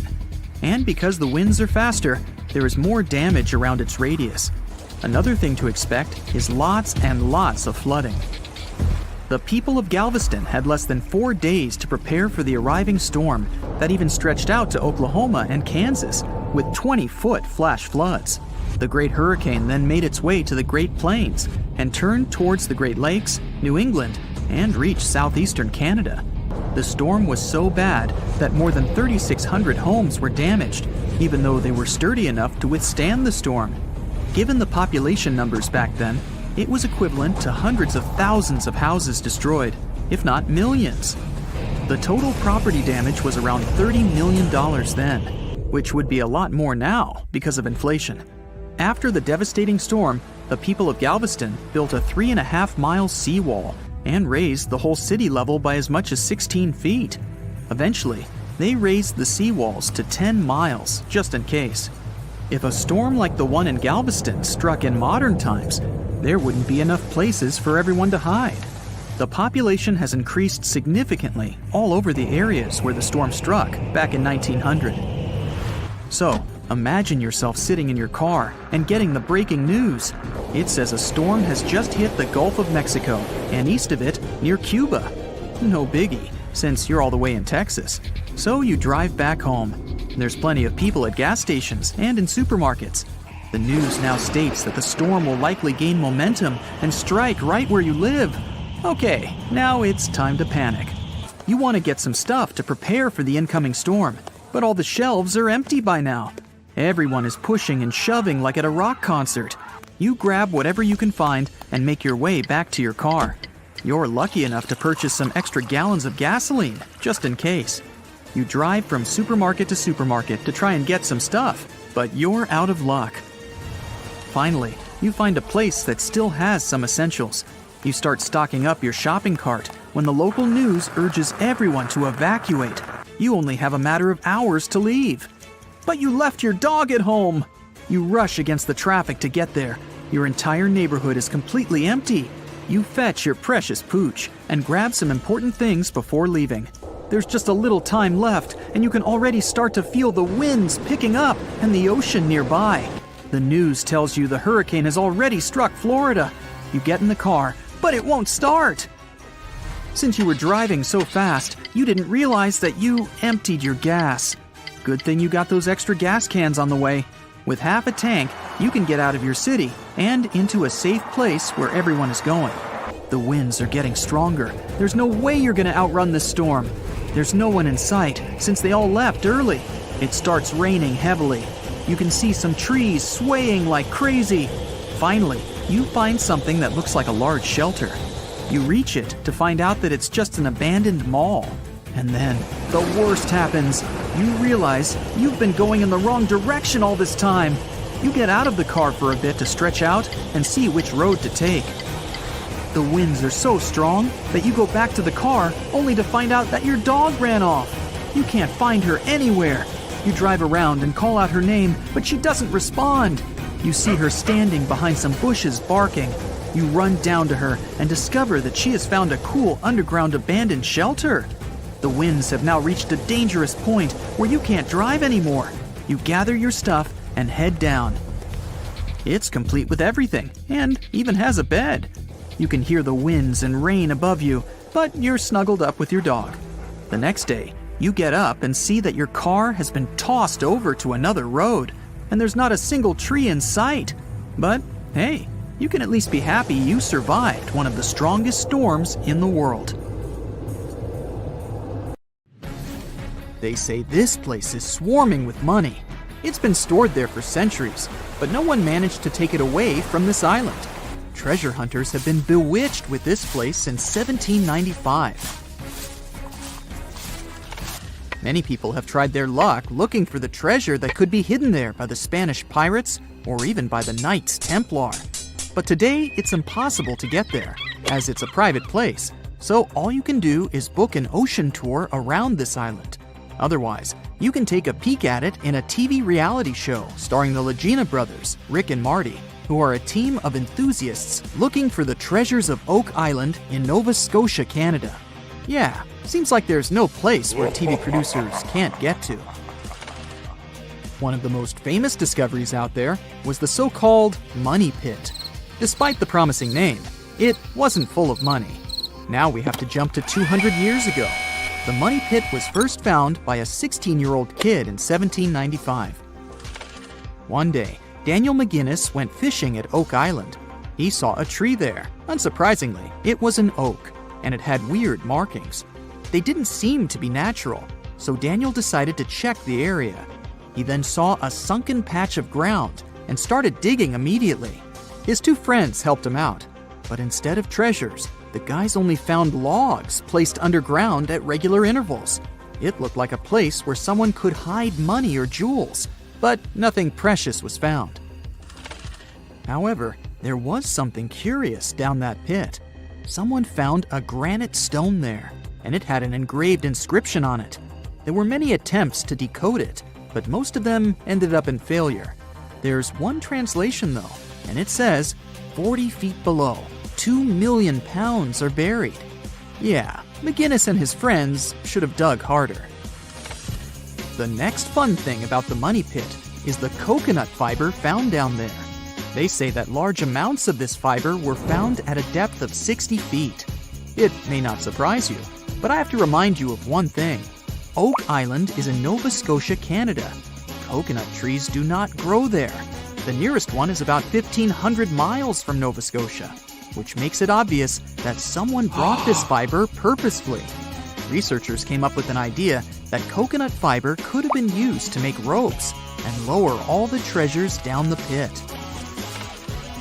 Next up, we have not one, but two mysteries. In the late 1800s, the Oak Island Treasure Company was thoroughly inspecting and excavating the island. Everyone believed something enormous was hidden there. These guys managed to drill 153 feet underground.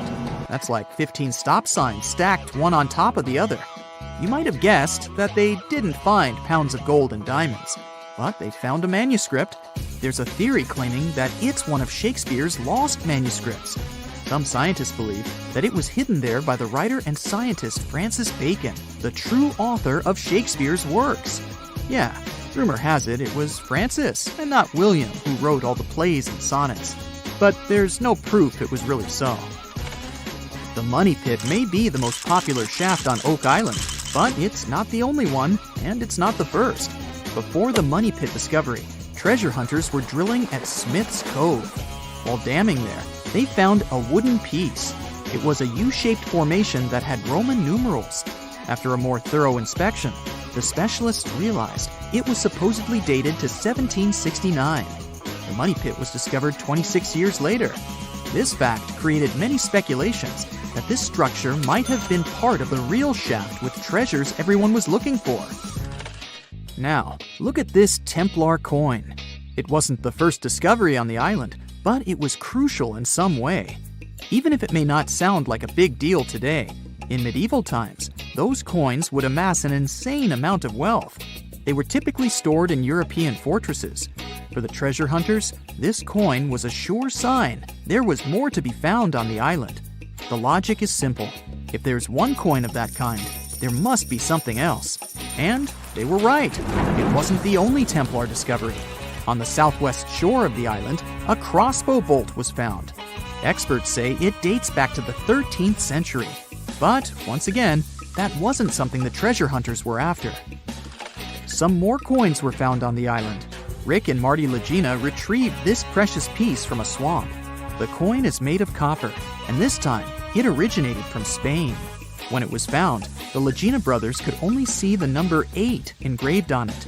But later on, some experts studied this coin and claimed it was made sometime around the 17th century. They managed to clean it well and saw the date 1652 engraved on the back of this coin.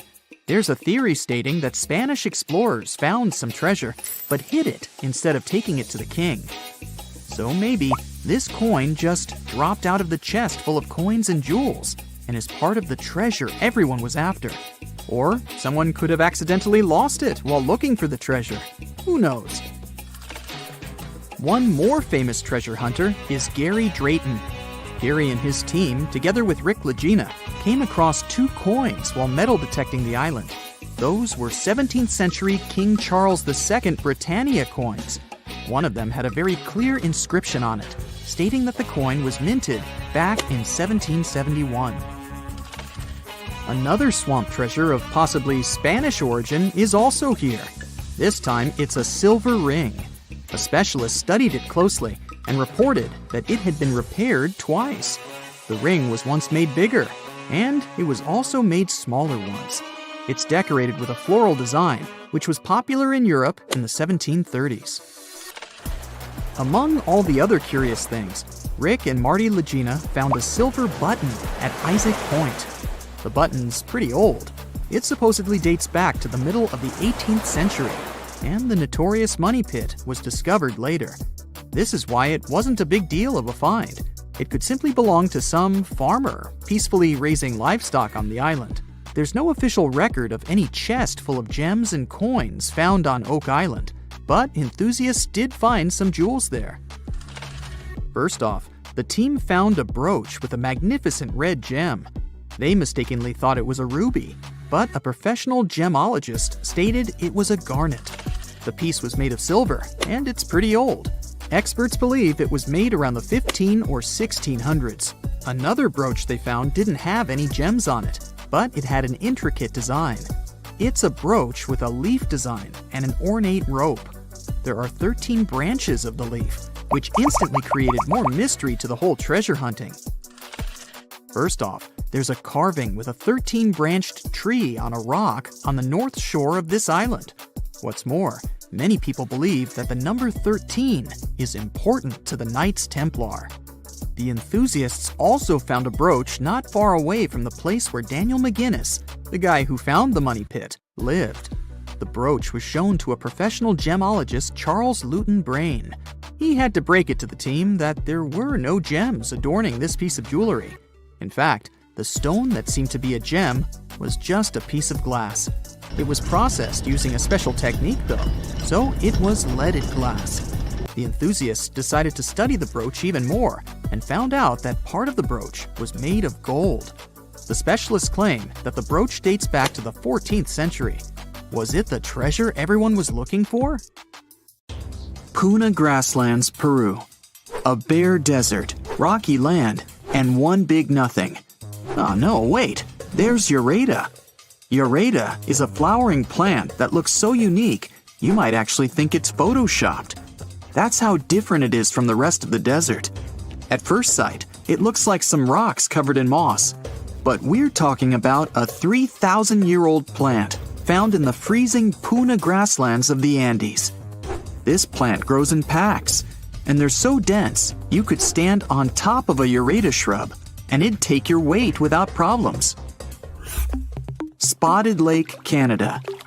They call it the most magical spot in Canada. In winter and spring, this is just a regular lake that looks like any other. But try going there in the summer when the water starts to evaporate. It'll feel as if you've entered a different world, a polka-dotted landscape with blue, green, and yellow spots. Over the summer, there are over 300 pools there, and they look magical. Over the centuries, people believed each of them had different healing properties. Oh, and the explanation for the vibrant colors is pure science. Each of them has a high concentration of different minerals. Rio Tinto, Spain. For more than 5,000 years, the Red River has been surrounded by mines full of copper, silver, gold, and other minerals. They give the river its unique reddish color. People were mining that area for centuries until the whole industry started to fade out. The mines remained abandoned until they were rediscovered in the 18th century. The river is quite impressive, but it's also very dangerous for people because of its high acidity. The bacteria in the water create similar conditions that can be found in some other places in our solar system. For example, scientists believe there's something similar on one of Jupiter's moons, Europa. An acidic ocean is hidden underneath the moon's surface. Toyama Bay. If you're walking along the shore of Toyama Bay in Japan, you might be lucky to see mystical neon blue light. It's coming from underneath the water and lighting up the night sea. There aren't many places where you can see a phenomenon like this. It's the firefly squid that's responsible for the breathtaking show. The creature lives at a depth of more than 650 feet under the surface. But in spring, they gather near the coast. Sometimes, waves even wash them ashore. The light these animals emit is actually camouflage, which helps them to hide and protect themselves. During the day, the squids go back to the deep, but they come back to party near the shore at night. The light they produce isn't so bright you could read a book in the dark, but it's still quite impressive. Fly Geyser, Nevada, USA. Imagine you're in a space rocket. At one point, you realize you've entered the atmosphere of some unknown planet. You haven't even realized it's there. The planet's gravity starts to pull your rocket down. Soon, it crash lands on the surface. Luckily, your spacecraft is sturdy enough to stay intact. So you pull on your spacesuit and crawl outside. Right in front of you, there's something you've never seen before. Incredible nature, unbelievable colors, and a bizarre mountain-like thing. And suddenly, it spews out a column of boiling water. You shake your head. This vivid imagination of yours. You're actually in Nevada, looking at Fly Ranch Geyser. Don't get disappointed, it's still marvelous. The geyser appeared in the 1960s when a geothermal power company drilled a hole. This allowed the groundwater to escape. And the colors similar to those you can see in Yellowstone National Park? All because of algae. Speaking of Yellowstone, that's another place that looks as if it's been imported from another galaxy. On an area bigger than the states of Delaware and Rhode Island combined, there are more than 10,000 hydrothermal features, 500 geysers, and incredible waterfalls. Tsingy de Bemaraha, Madagascar. Now here's the place where you can easily imagine meeting some ancient animals. You can almost see them hiding somewhere among the pointy rocks, going up to 330 feet.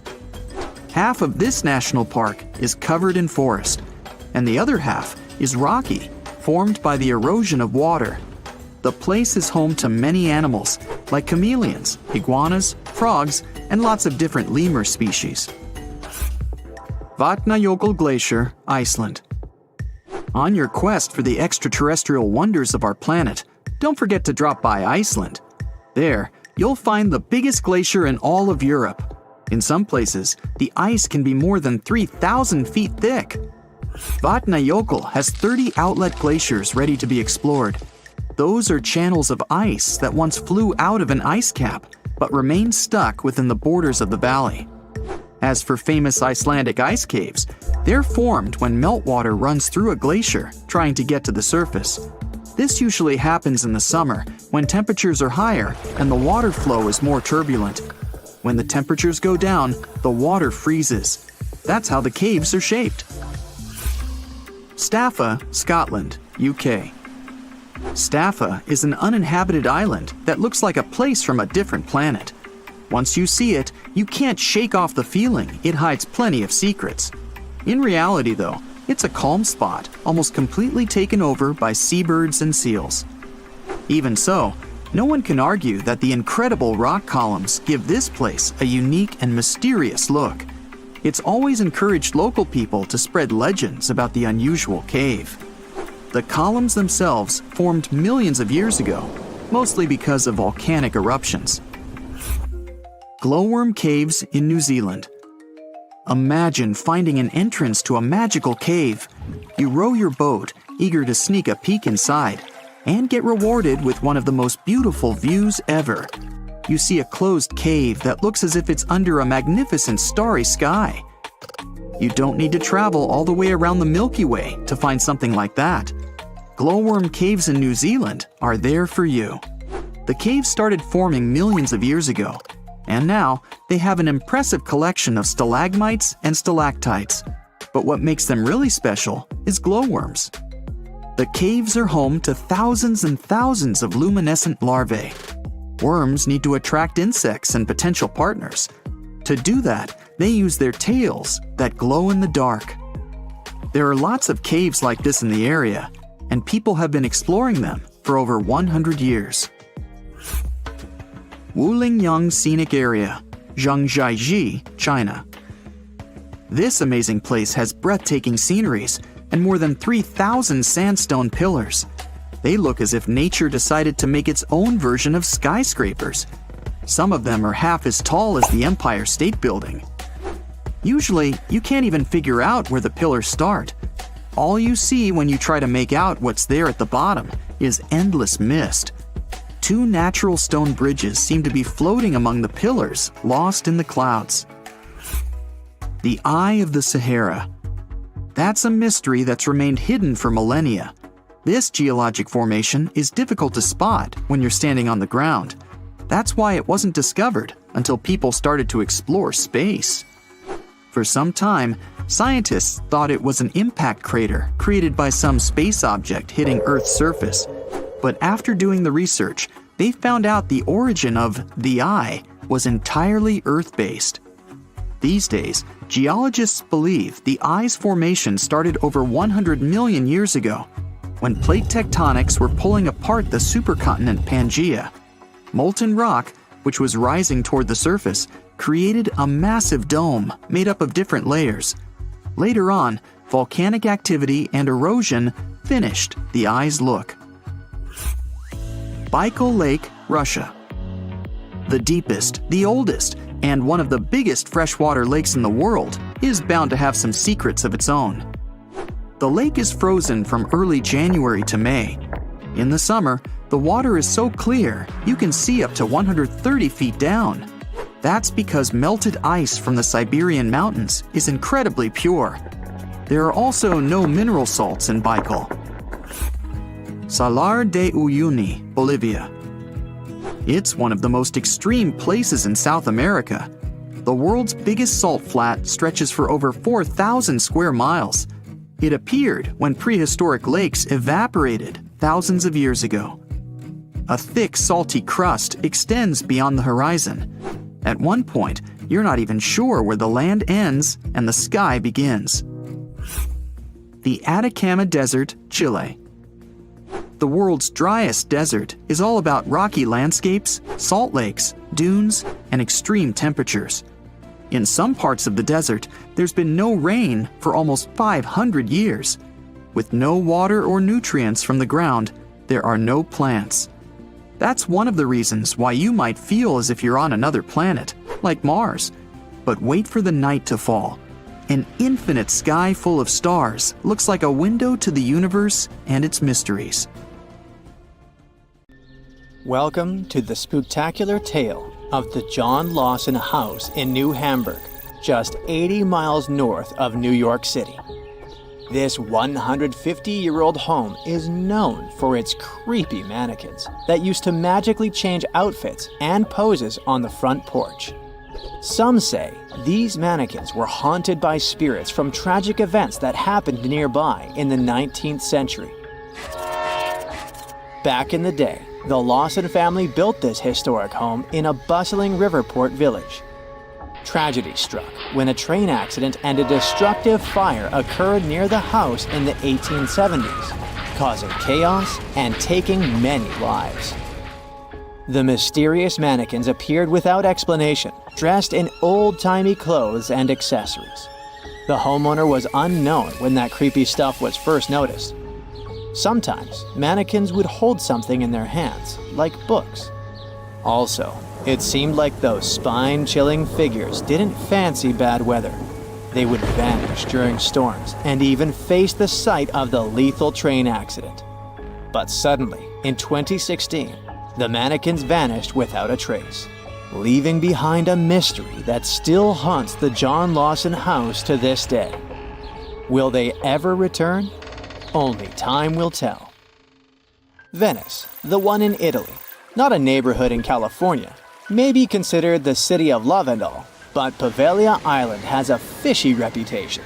Made up of 2 natural islands and 1 human-made one with wooden pillars and layers of earth, this place is like a creepy puzzle waiting to be solved. One island is covered in greenery, another has the main buildings, and the smallest is basically a fort. The island is now deserted with just a few lonely structures left standing. Rumor has it that about half of the land on the island is made up of human ashes. Yikes. According to stories, when a plague hit, the hospital had to figure out what to do with all the bodies. Supposedly, they ended up burning them, but some say that over 100,000 victims were actually buried in mass graves, called plague pits. The details about how all these bodies were disposed of are sketchy at best, leaving room for spooky speculation about what went down on the island. Whether they were torched or buried, the sad truth is that thousands of lives were lost and left behind on Poveglia Island. Another creepy tale involves a crazy asylum director who supposedly jumped off the clock tower after being swallowed up by a mysterious fog. But this story may have originated from shows like Ghostbusters, with no actual proof that this dude even existed. There are also whispers of patients seeing ghosts within the psychiatric hospital, adding to the island's spooky vibe. While these stories might be a bit out there, they definitely add to the mystery surrounding Poveglia Island. Despite all the exaggerated stories and urban legends, one thing remains true. Poveglia Island has a dark history filled with tragedy. This place has seen it all. The empty buildings and abandoned landscapes are like sad reminders of the sorrowful past that haunts this eerie island. Hush, don't move. We're in the clearing in Hoia Baciu, Transylvania, which has a funky reputation for being one of the creepiest places in the world. The trees there wouldn't grow in a clearing that has a perfect oval shape. Soil scientists have been unable to explain this anomaly. The area attracts a variety of people, from Romanian witches to sword-wielding Americans attempting to cleanse the forest through yoga. Hoia Baciu gained international attention in 1968 when someone captured a photograph of a mysterious flying object hovering over the clearing. Some people are sure those must have been guests from another planet. This event, along with the alleged paranormal occurrences reported by visitors, has added to the forest's enigmatic reputation. Local guides also share other anecdotes linked to this forest. For example, some time ago, a group of 60 people from Bucharest attempted to open a gate into another dimension there. If a paranormal forest doesn't send shivers down your spine, maybe this place will. Yep, there's a whole settlement at the bottom of Lake Lanier, Georgia's biggest lake, and it's filled with a secret American horror story. Terror, ghosts, and other paranormal stuff. The whole shebang. There are many spooky tales about Lake Lanier. Fishermen have reported seeing ghostly kayaks, and stories circulate about women with no hands haunting the Jerry D. Jackson Bridge. Plus, the lake has a dark side, with over 500 demises since it was created and more than 200 since 1994. People talk about good swimmers getting snatched under the water, mysterious boating accidents, and vehicles crashing into the lake for no reason. Locals will straight up tell you, don't go to Lake Lanier. And with the lake stats, it's hard to argue. Some say the lake is cursed, but it's up to you to decide. The Poison Garden is a misleading, beautiful place where danger lurks behind every leaf. It's tucked away behind spooky black gates at the Alnwick Garden. There, you'll discover a collection of over 100 plants that are not just toxic, but downright lethal. If you don't have to worry about accidentally poisoning yourself, just keep your hands to yourself. No sniffing or nibbling allowed. Venture through ivy-covered tunnels and fiery-shaped beds as you dive into the history of poison and hear some thrilling tales of infamous cases. Prepare to meet some dangerous flora like Laburnum atropa belladonna, and even the infamous Jimpy Jimpy plant that's rumored to be able to hurt you as nothing else. By the way, there are many wild stories about this dreaded plant. Some are a bit exaggerated, like the one about using the leaves as toilet paper. Ouch. But others are no joke, like horses getting stung and going bonkers. There's even a tragic tale of a person passing away from its sting in New Guinea back in 1922. So come on, take the plunge in the Poison Garden if you dare. Just remember to steer clear of any plants that could lead to a seriously bad day. You're having your vacation in Finland, the happiest country in the world.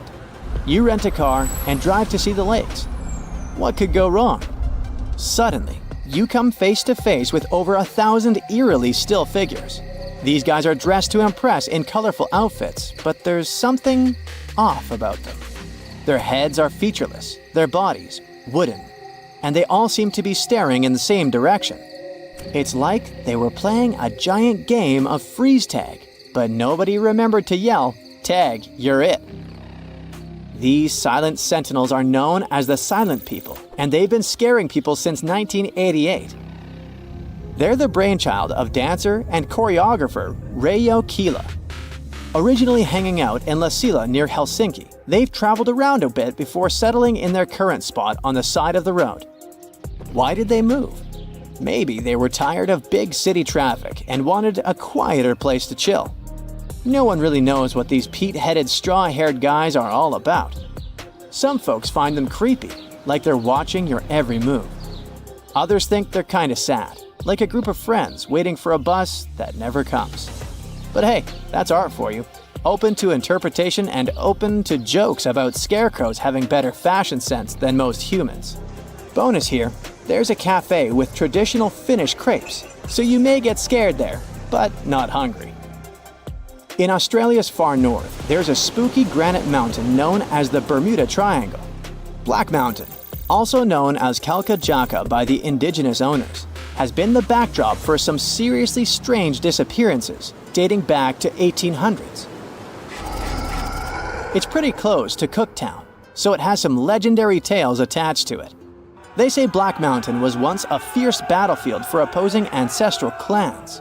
The whole place is littered with massive granite boulders stacked in a chaotic manner, where explorers, horses, and cattle seemingly vanished into thin air.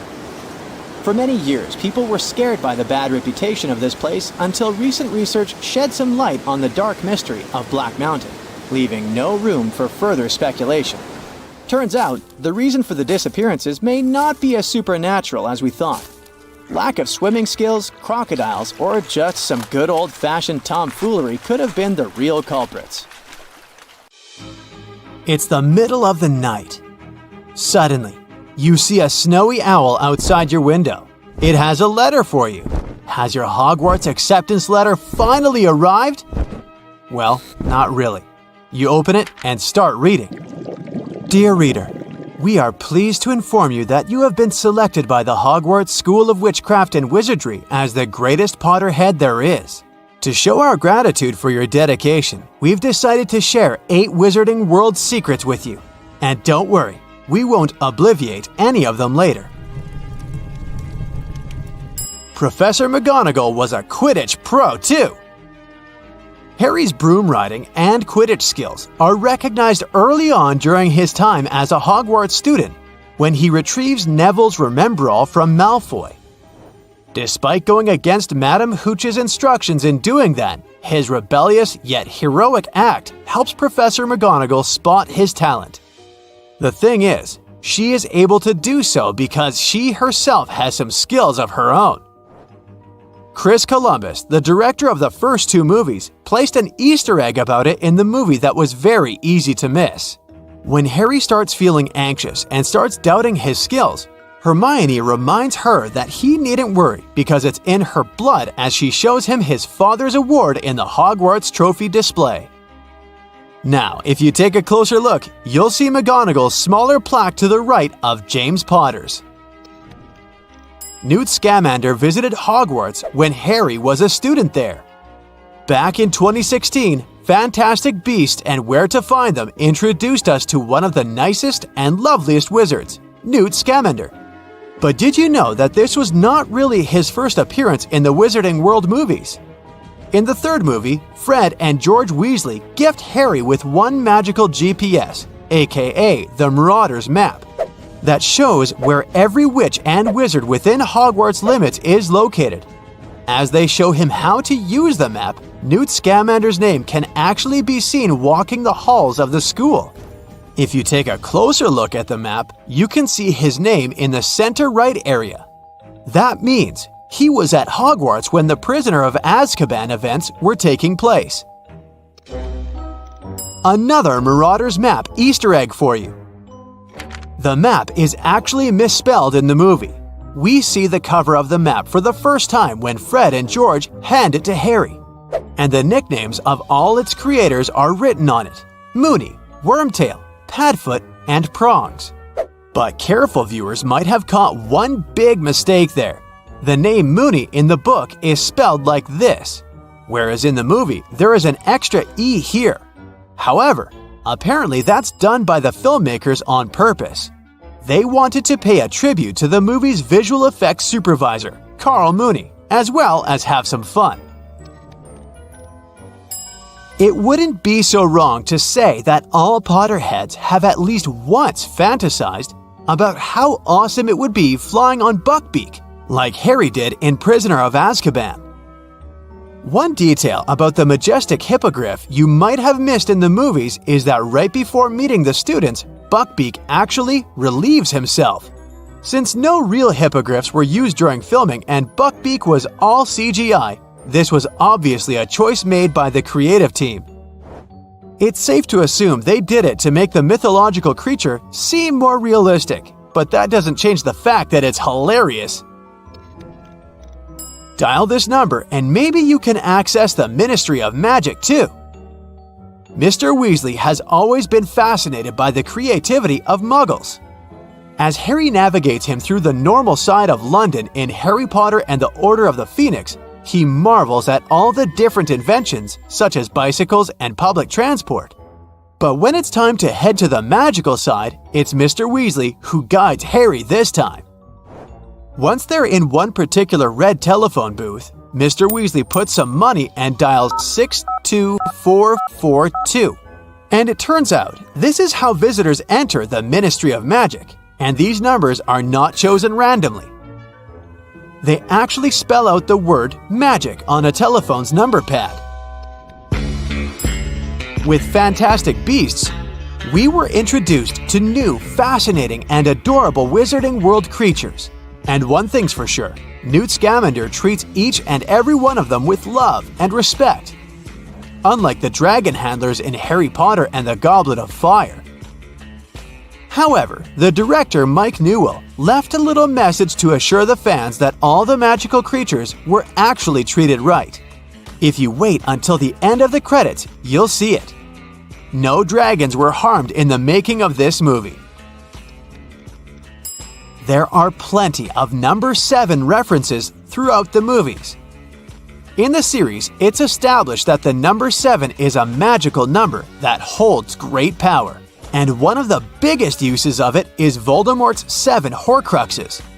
When talking to Slughorn in Half-Blood Prince, Tom Riddle questions if having 7 Horcruxes instead of 1 will make one more powerful. However, that's not the only sign that foreshadows what comes next. When we see Tom Riddle's childhood bedroom, there are 7 rocks on the windowsill, which also indicates what's to come. One thing to mention here though, after the series ended, J.K. Rowling released information about an 8th Horcrux. Since Professor Quirrell temporarily contained part of Voldemort's soul, he acted as a temporary Horcrux. There are some other appearances of number 7 throughout the series that you might have missed. There are 7 Weasley siblings. There are 7 core magical classes. The prophecy stated that the hero would take down the Dark Lord, who would be born as the 7th month dies. In Deathly Hallows, when the Order is trying to take Harry from the Privet Drive safely, their escape plan includes 7 different Harrys. There are 7 different obstacles guarding the Sorcerer's Stone in the book. Hogwarts Castle consists of 7 floors. 7 is the age by which magic will show itself if it is present. 7 Muggles saw Harry and Ron flying in the car.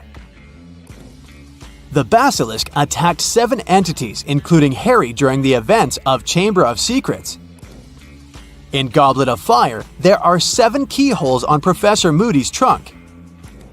In Order of the Phoenix, during Harry's trial for using magic outside of school, he was found innocent thanks to the clause 7, which stated that magic could be used before Muggles in life-threatening situations.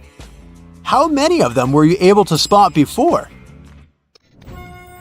Hogwarts is a real place. Well, kind of. You must have heard about the Harry Potter studio tour and maybe even got a chance to experience it. But several movie scenes were actually shot in real-life locations. Here are a couple of them you might want to visit next time you're in the UK. Remember the first time Harry realizes that he can understand snakes? The scene was shot inside London's Zoo Reptile House, so you can head there to test your parcel tongue skills. In the books, Hogwarts is set in the Scottish Highlands, and many of the movie's exterior shots were filmed in Scotland as well. Loch Shiel was one of those places, and it was used as the location for Black Lake. But we don't suggest that you go for a swim in it like Harry did in the Goblet of Fire. There's no risk of merpeople bothering you, but there is a risk of hypothermia since Scottish lochs can be freezing cold, even in summer. In Harry Potter and the Sorcerer's Stone, Yorkshire County's Goathland Station was used as the film location for Hogsmeade Station, where the students depart from Hogwarts at the end of the movie. Another Yorkshire one here, Malham Cove, the large curved limestone formation which definitely has an otherworldly look to it, was one of the sites where Harry and Hermione were camping in Part 1 of Harry Potter and the Deathly Hallows. Well, that's all. Now you've finished reading your letter, we'd appreciate it if you'd send us a Muggle chocolate bar or two back with our owl, because our frogs keep jumping away. Yours sincerely, Brightsiders of Hogwarts. The conditions on this mysterious island might teach us how we can live on Mars one day. Devon Island is, to this day, the largest uninhabited island on our planet. It's located in the Canadian Arctic archipelago, and it's easy to see why people find it impossible to make a home here. The soil stays frozen throughout the seasons. The eastern part of the island is covered by a thick ice cap all year round. Summers here last for less than 50 days, and by summer, I mean that the ground is snow-free and the temperatures are slightly over 46 degrees Fahrenheit. Since almost no plants are growing here, there are no animals that could have adapted to these conditions. That's why scientists compare this island to what it would be like to live on Mars. In 2001, a project started here on Devon Island looking to discover how people might live and work on other planets, particularly on Mars. It's called the Houghton Mars Project and offered NASA scientists some unique studying opportunities. There are few options here in terms of logistics and transportation, and communicating with people living outside the island is also a bit more difficult. Specialists believe that if we can find solutions to live here, we might be able to do it on Mars too. Think of it as a home-based outer space boot camp. The Pitcairn Islands can be found in the middle of the Pacific Ocean. If you're a fan of adventures and remote places, this is the place to be. But you'll need to buckle up for quite the ride, since no plane has ever reached this place. The only way to reach the Pitcairn Islands is to take a 32-hour yacht ride. No wonder only 50 people are known to live here. Its history is really interesting too. A group of people settled here in the 18th century after a failed marine mission. To this day, all the residents of the island are descending from that initial group. Life's not easy here though. If they need to see a doctor, for example, they need to travel either to the island of Fiji or to New Zealand. Now let's head over to Mexico, where recent technology has allowed scientists to explore some fascinating cenotes, which were previously unknown. Cenotes are also called sinkholes and allow us to see subterranean water bodies. A team of archaeologists, cave divers, underwater photographers, and biologists came together to explore and document the extensive network of sinkholes located in the Yucatan Peninsula. One of the hotspots is located under the main pyramid at the Chichen Itza archaeological site. In total, scientists are looking to explore about 6,000 cenotes stretched across this whole region. The whole project is important not only because of the geological discoveries, but also because of its connection to the Mayan people and their culture. These recent discoveries revealed that for the Mayans, these cenotes weren't simple water sources. They dictated the way they built their constructions and had a huge impact on their spiritual lives too. The tallest mountain in the world is Mount Everest, sure, but it's been explored by scientists and tourists alike and doesn't hold many secrets. The mysterious Ganghar Puensem, on the other hand, is the tallest unclimbed mountain on our planet. The reason behind this unusual situation is not because of its remoteness or harsh conditions. Rather, because it's against local legislation to climb it. It's located in the South Asian territory of Bhutan and the name of the mountain translates to the White Peak of the Three Spiritual Brothers. Local tradition dictates that mountain peaks shouldn't be available to humans and need to be left to the higher spirits. Mountains in this region can only be climbed up to 3.7 miles, but Gangkhar Puensum tops 4.7 miles. For this reason, there's no official record of any human reaching the peak. Almost all of the previous expeditions have been inexplicably stopped at the midpoint.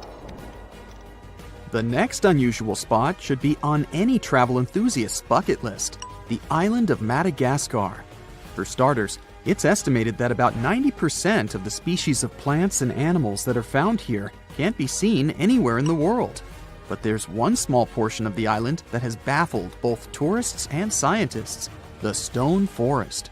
It belongs to the Tsingy de Bemaraha National Park and features some unique limestone formations. They look like thousands of spiky towers that stretch hundreds of feet into the air. The distance between these formations can be anywhere from a few inches to the length of a city street. As beautiful as it is, it's really hard to get here. It'll take you a few days to get there from the nearest city. Once you get to the park, it becomes really difficult to explore too. It can take a whole day to go across as little as half a mile. The word Tsingys itself translates to where one cannot walk barefoot. To visit the remotest village in the whole world, you'll need to prepare yourself for quite the journey. From the United States, for example, the easiest route involves a 15-hour flight to Cape Town, South Africa, followed by a 6-day boat ride to reach Tristan da Cunha. Or you could take a month-long cruise through the South Atlantic Ocean, whatever works better. Planning in advance is a must, since only 9 boat visits are made to the island yearly. It's just 7 miles long and right in the middle of the South Atlantic Ocean, stretching a mere 37.8 square miles. There are slightly over 200 residents, and they all farm for a living. They do have internet service, but it's really slow. The people living here speak a dialect of English that is used by the fewest number of people in the world. The town of Coober Pedy in Australia is partially underground. It all began back in 1915, when opal deposits were found in the area.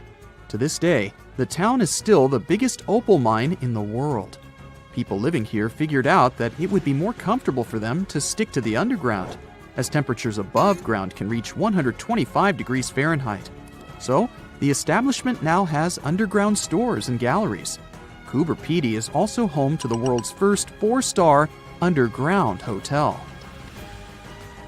North Sentinel Island, located near India, is another pretty remote place. Not because of the time it takes to get there or the climate, but because it's home to the world's most mysterious tribe. The population living here is estimated to be between 50 to 400 people and isn't known to have any contact with the outer world. This is mostly because locals don't really enjoy visitors and tend to scare them away, even harming tourists. So, to protect them and their obvious wishes, the island is monitored by the local Indian authorities. It's believed the tribe's people don't have any immunity from modern diseases, so being in contact with foreign people might actually be fatal for the locals. On these French islands, there are no native inhabitants. The Kerguelen Islands are part of the Antarctic lands and are home to just scientists that visit on rotation. At any given time of the year, there are no more than 100 people here, and they're mostly engineers and researchers. There's no plane to get you to these islands, and few tourists are known to have visited them. The island is covered in glaciers, and the soil here isn't friendly to plants or animals. But if you're curious about what this place looks like, you'll need both the money and the time to complete the trip. You can only reach the island by ship, which reaches the shores of Kerguelen only 4 times a year. It isn't cheap to stay in these islands, and you definitely won't find 5-star hotels here. The trip departs from Réunion, and it takes about 28 days to reach the first island. Half of the time will be spent at sea, so be prepared to cover over 5,600 miles of the Indian Ocean. Why is Australia so strangely empty? Why haven't we discovered so much of the ocean? Is our planet a perfect sphere? And was the Earth once more purple than green? I bet you didn't know these facts about our planet, so let's find it all out. Australia is really massive. To make it easy to understand its size, it's nearly as large as the entirety of Europe. Home to around 26 million people, Australia is among the countries with the least population per area. It's ranked only 55th for the highest population in the world, while it has the 6th largest land area. Why is so much of it empty? A good guess would be the many dangerous animals hiding behind every rock. At least this is enough for me to avoid Australia, but there's one specific reason to explain this. The dryness of Australia ensures that 85% of the population lives within 30 miles of the coast, and 80% of them live along the eastern side where rainfall is more common. But although there is an overall lack of rainfall, only 20% of Australia is unlivable desert, and only 40% is considered not habitable by human standards. The water consumption is actually higher than their average rainfall each year, but there is a further ancient water source hidden way below, which can support a much larger population. It's one of the largest underground freshwater resources in the world, the Great Artesian Basin. It covers a staggering 656,000 square miles, which is 1/5 the size of Australia. It holds enough water to cover the Earth under a 1.5 feet deep layer of water. Or, more usefully, it could provide enough water for thirsty Australians over the next 1,500 years. Only 6.5% of Australia has soil suitable for farming, so this doesn't seem like a huge amount. But in case you forgot, Australia is big, and this small percentage is about the size of France. With this massive area available for farming, Australia has more than enough to feed its population, with a further 70% of agriculture products that are exported overseas. So, with plenty of land, food, and water, why are the population figures so low? A very slow migration process is the reason. First, only people from the United Kingdom lived there. Then, they opened their borders to other Europeans, and this restriction remained in place until 1973. You would think almost 200 years would be enough time for a lot of people to migrate, but Australia was just so far away. The risk of traveling such a long way and the cost of the journey meant that people from Europe prefer the shorter and cheaper options to migrate elsewhere, like Canada or the USA. For the past 2,000 years, people have understood that Earth is round. But did you know that it's not a perfect sphere? Through the wobbly rotation of Earth, our planet constantly changes its size, very slowly of course. The North and South poles are surprisingly flat. Earth is pretty much like a ball being squished. Imagine there's a giant hand with the fingers pressing at both poles. Because of this pressure, the equator pushes a little outwards. Along with an uneven gravitational field, Earth has loads of gravity glitches, some positive and others negative, creating an uneven, rocky, and bumpy surface.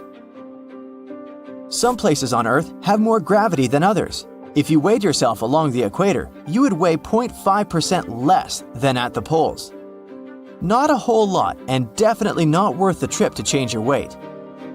If you were to measure the length from the center of the Earth towards the furthest point of Earth, you would be shocked that Mount Everest isn't at the end of it. Instead, it's along the equator, which is the pushed-out part.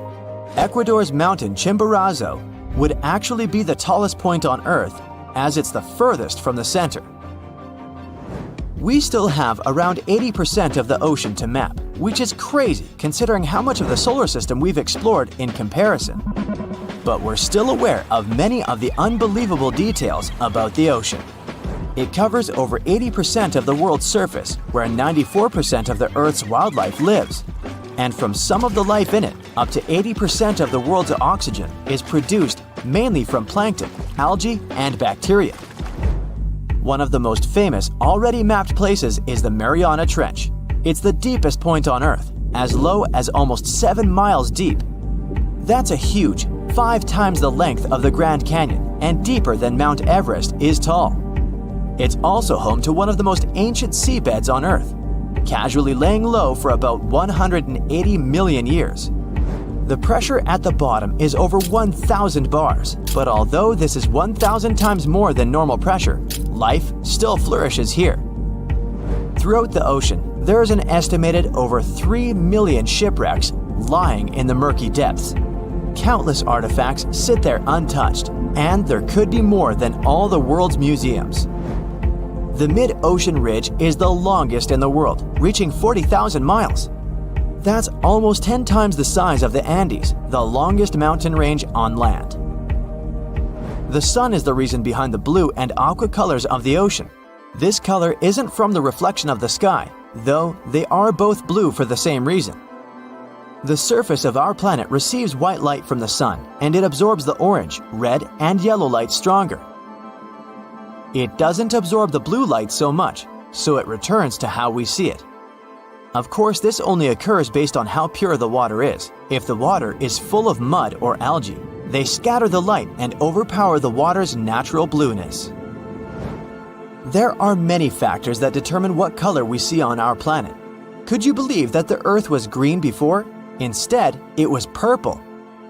Chlorophyll in our atmosphere absorbs mainly blue and red wavelengths from the sun and reflects the green ones to what we see our planet as today. Long ago, ancient microbes called retinal dominated the Earth instead of chlorophyll. They absorbed green light and reflected red and violet light. Those microbes had a simpler structure, so they were easier to produce in the low oxygen environment of the early Earth. They provided our planet with a purplish color instead of green. But chlorophyll is more efficient, and as the Earth was developing, it eventually took over. Imagine that billions of years ago, faraway observers could see our home as a small purple dot. I wonder if we could have also been purple. Probably not. The biggest tree on Earth is a giant sequoia named General Sherman. It stands over 280 feet, almost reaching the height of a 26-story building. They believe it to be 2,700 years old, with a circumference of 1,000 inches. Its weight is a staggering 1,800 tons. That's heavy, but it isn't the heaviest living thing on Earth. In Utah, a huge grove of trees called Pando works like a single colony of trees. The massive root system connects all of them together with up to 47,000 stems. It weighs up to 6,000 tons and is 80,000 years old. It makes it the oldest living thing known to humans. Now, what about the biggest area of one being? Off the coast of Western Australia, a seaweed grows to an unthinkable size. The Poseidon's ribbon weed has been growing for 4,500 years, spreading underground clone shoots. It's all connected and shares the same DNA with most of its shoots. It covers a massive 77 square miles, the same size as 28,000 soccer fields, or the size of Nebraska. And it won't stop there either, as it continues to grow by 2 feet each year. It's hard to even picture the scale of these enormous beings. Now, just imagine if they were all purple. Rekhat structure is a giant formation in the Sahara that looks exactly like a giant bullseye. It's so wide that you can see it from space. Even the CIA got interested in it. In 1965, they planned a flyover looking for geomagnetic anomalies. The findings are still classified. Perhaps the theories are true, and this place is truly the lost city of Atlantis. Now, Atlantis supposedly sank beneath the waves, but recent discoveries are pointing us in a different direction. This is an ancient story that goes far back in time, and Plato was the first to mention it. The place had loads of greenery and a curious structure: 3 concentric circles of land surrounding 2 circles of water. 2 key quotes from Plato's writing suggest that Atlantis might not have been a typical island in the middle of the ocean. Plus, Atlantis had a major influence from Africa and Europe, challenging the idea of it being in the Atlantic. It turns out that the Eye of the Sahara and Atlantis look alike. When astronauts saw the Eye of Sahara from above, they initially suspected a meteorite impact crater, but the rings of the structure matched the layout described of Atlantis. More importantly, the Sahara wasn't always a desert. It turned from a tropical region into a desert around 11,000 years ago. Researchers found evidence of a massive river called the Tamaracet that could have sustained a community. This river flowed toward the Rekhat structure, aligning with Plato's description. The Trans-Saharan Seaway ran through the Sahara 50 to 100 million years ago. The sea allegedly destroyed Atlantis around 11,500 years ago, likely due to a rapid rise in sea level caused by the end of the Ice Age. NASA's worldview imagery shows patterns consistent with this theory. Those concentric rings might be a key to unlocking the secrets of our planet's evolution over millions of years. They're shaped by erosion on resilient rock layers, creating a spooky pattern of ridges and troughs. The central peak stands proud at 1,300 feet. The central part has undergone a significant erosion makeover, revealing a circular structure with a raised peak. Unlike impact craters, the Eye of the Sahara flaunts a striking balance and symmetry. Some say it results from rock uplift, sculpted by wind and water. Others think it's an ancient anticline, eroded to reveal its concentric glory. Then there's a salt diapir theory, suggesting that salt's buoyancy sculpted this beauty. Dating techniques have proved that it formed 541 to 252 million years ago, give or take a million or two. Ancient tools are scattered around the outer rings of the structure near riverbeds. Some older stone tools have also been spotted in the same areas. And still, even though some spear points from the Neolithic period have been found, there aren't many signs that people were living there back then. The area seems to have been used for short-term activities like hunting and making tools. There are other unearthly mysteries that haunt our world. One such enigma is in Norway, the ominous Hessdalen light phenomenon, also known as the Valley of Lights, leaves scientists confused. This valley is 10 miles wide. It's quite isolated, but a peculiar blue box sits high on the hillside, equipped with cameras scanning the valley. The unsettling saga began in the 1980s, when the night sky over Hessdalen erupted with burning fireballs, a recurring spectacle that sent shivers down the spines of those who witnessed it. This wasn't a fleeting occurrence, rather it became a regular thing. Terrified locals reported encounters with these unexplained luminous phenomena, some of which happened near their homes. Unease spread like wildfire. At its peak, there were about 20 sightings every week. The phenomenon made its way into newspapers, magazines, and media worldwide. Soon, people flocked to the valley, hoping to see the lights themselves. In 1984, experts joined the fray, armed with sophisticated instruments like magnetometers, radiometers, and other ometers. What they encountered was mind-bending, lights that defied explanation. Some moved at a leisurely pace, while others raced through the sky at an astonishing 19,000 miles per hour. People tried to explain these lights: airplanes, distant reflections, ball lightning, satellites, planets, meteors. But the speed and how these lights danced ruled out all those theories. We're slowly approaching another mysterious place.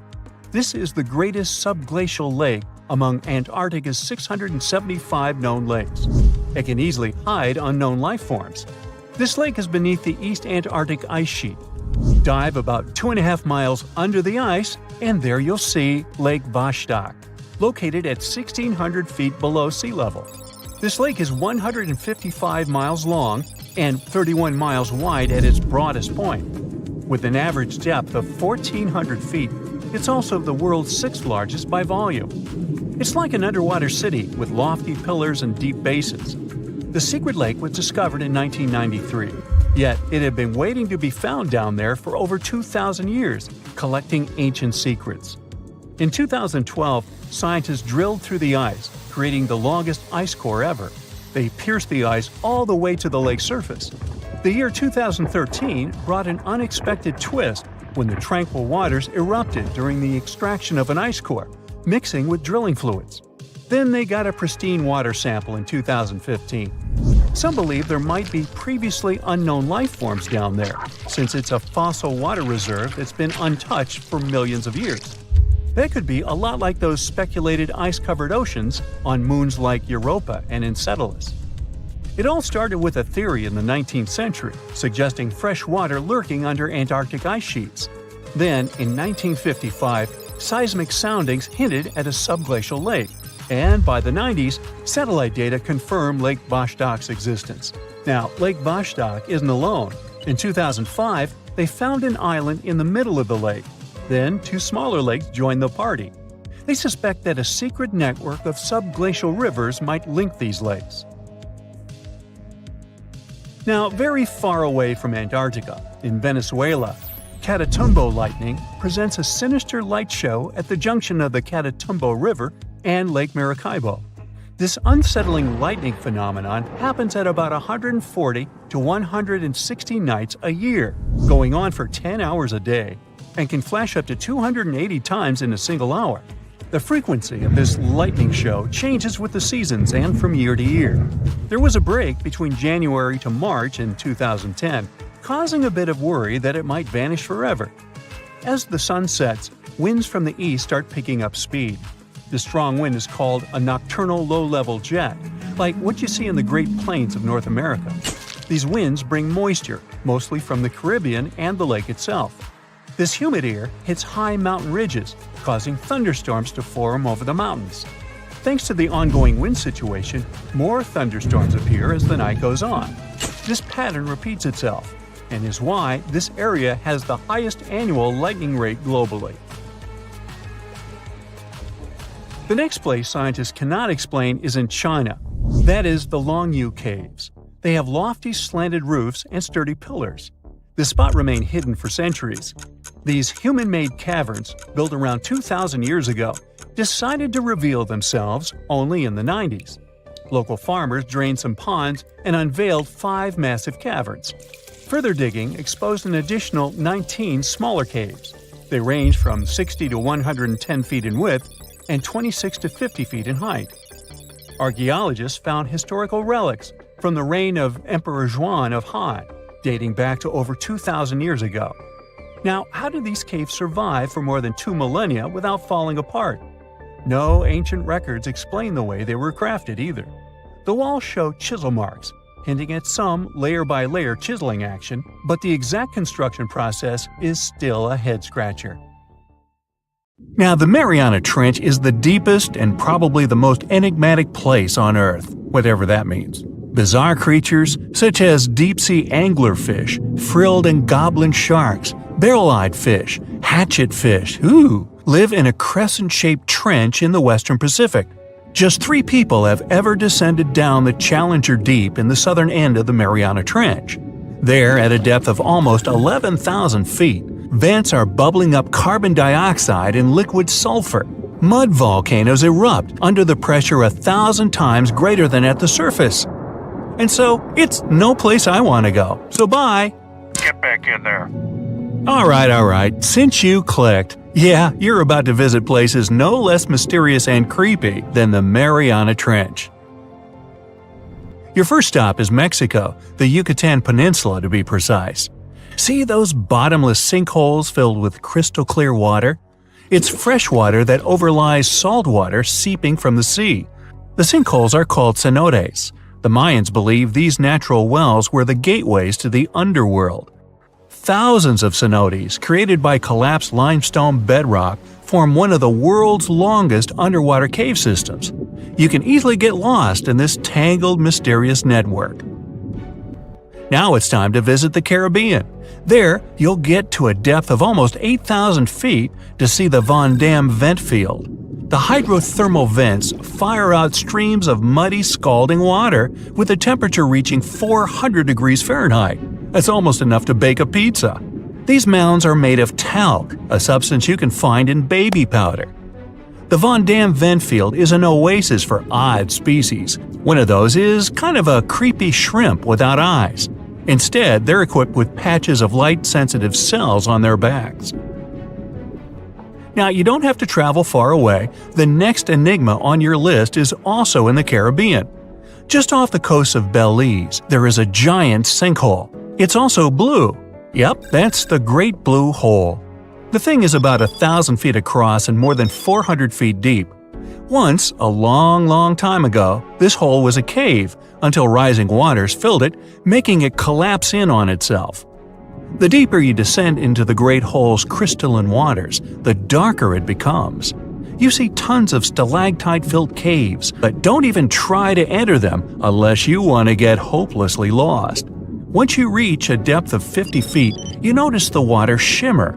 That's the invisible line dividing the sinkhole's salty top from the freshwater abyss. Time to get out of there. Who knows what you might come across in the murky depths? Your next destination is off the Pacific Northwest coast. Almost 500 streams of methane bubbles were discovered there several years ago. Because of the bubbles, the vents got the name champagne seeps, which sounds better than the fart spas. Scientists are still puzzling over this phenomenon. Where does the methane come from? Underwater cows? Why is its temperature warmer than that of the surrounding ocean?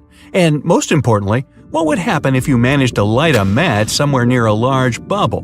Methane is a highly flammable gas, and setting a methane bubble on fire, well, you get the picture.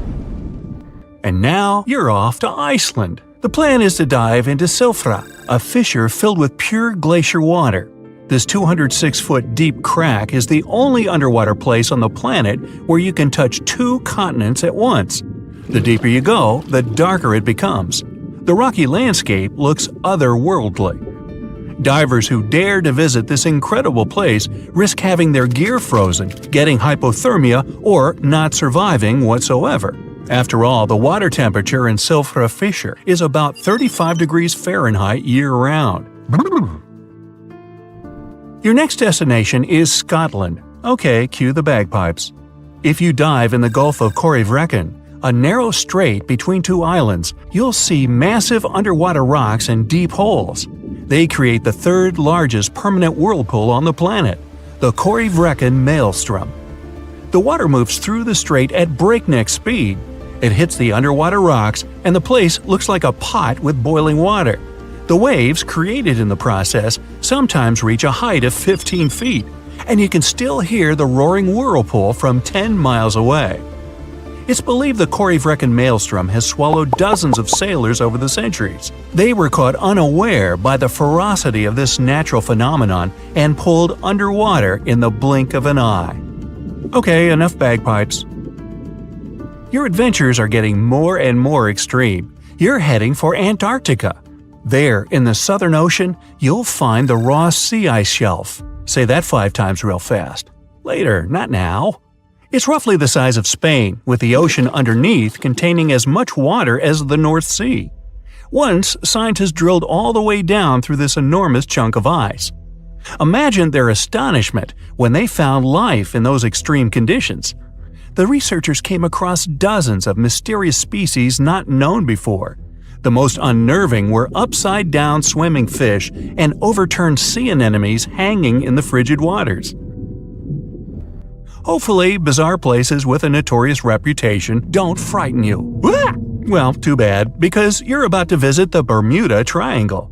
It's an area between Bermuda, Florida, and Puerto Rico where planes and ships seem to vanish in thin air. For the first time, this place attracted a lot of attention in 1945. That's when 5 U.S. Navy planes disappeared during training. Before radio contact was lost, the flight leader said, "We're entering white water. Nothing seems right." After that, the planes with 14 men flying them disappeared. Even scarier, a rescue plane with 13 people on board never came back as well. Some people believe the mythical city of Atlantis lies at the bottom of the triangle. They claim its inhabitants use extraterrestrial technologies to sink ships and crash airplanes. Others blame rare and unexplored natural phenomena, for example, magnetic anomalies, or massive pockets of flammable methane gas. There we go again. Then, if a bolt of lightning ignited a giant methane bubble near a ship or a plane, this could probably make it sink without a trace, except the smell. But methane is found everywhere all over the world, and it never behaves this way. Some experts aren't sure there's a mystery to explain whatsoever. Lots of busy routes pass through this area. No wonder more ships and planes sink there than anywhere else. Now, prepare some warm clothes. You're heading for the north again. Your destination is Cape Desolation in Greenland. Nice place. In 2012, Canadian researchers were sampling the water in that area, and their equipment came back to the surface with pieces of coral attached to it. That's how a cold water coral reef was stumbled across. These unique pinkish corals can easily go without sunlight and live in strong currents 3,000 feet below the surface. Another unique spot you can't miss lies between Greenland and Siberia. The Gakkel Ridge is the deepest and most remote portion of the global mid-ocean ridge system. In some places, it reaches the depth of more than 3 miles. It's only natural the darkest corners of this underwater world remain unexplored. Fascinating chemical reactions happening at the bottom of the ridge produce hot fluids rich in minerals. They spew, like freshmen at a rush party, from seafloor vents. And since these vents are isolated from the rest of the ocean, they're hot spots for bizarre creatures found nowhere else in the world. Your next stop is just off the coast of Cuba. Circular columns, paved floors, symmetrical stone structures. That's what the Cuban underwater city looks like. What happened there? Why was a large city abandoned at a depth of more than 2,000 feet?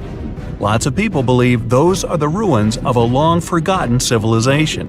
But scientists have their doubts.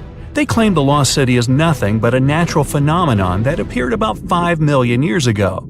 The disc and donut structures often appear around the areas of the seafloor where natural gases break free.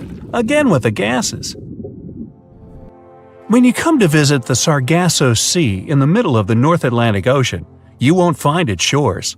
Instead, it's surrounded by powerful ocean currents.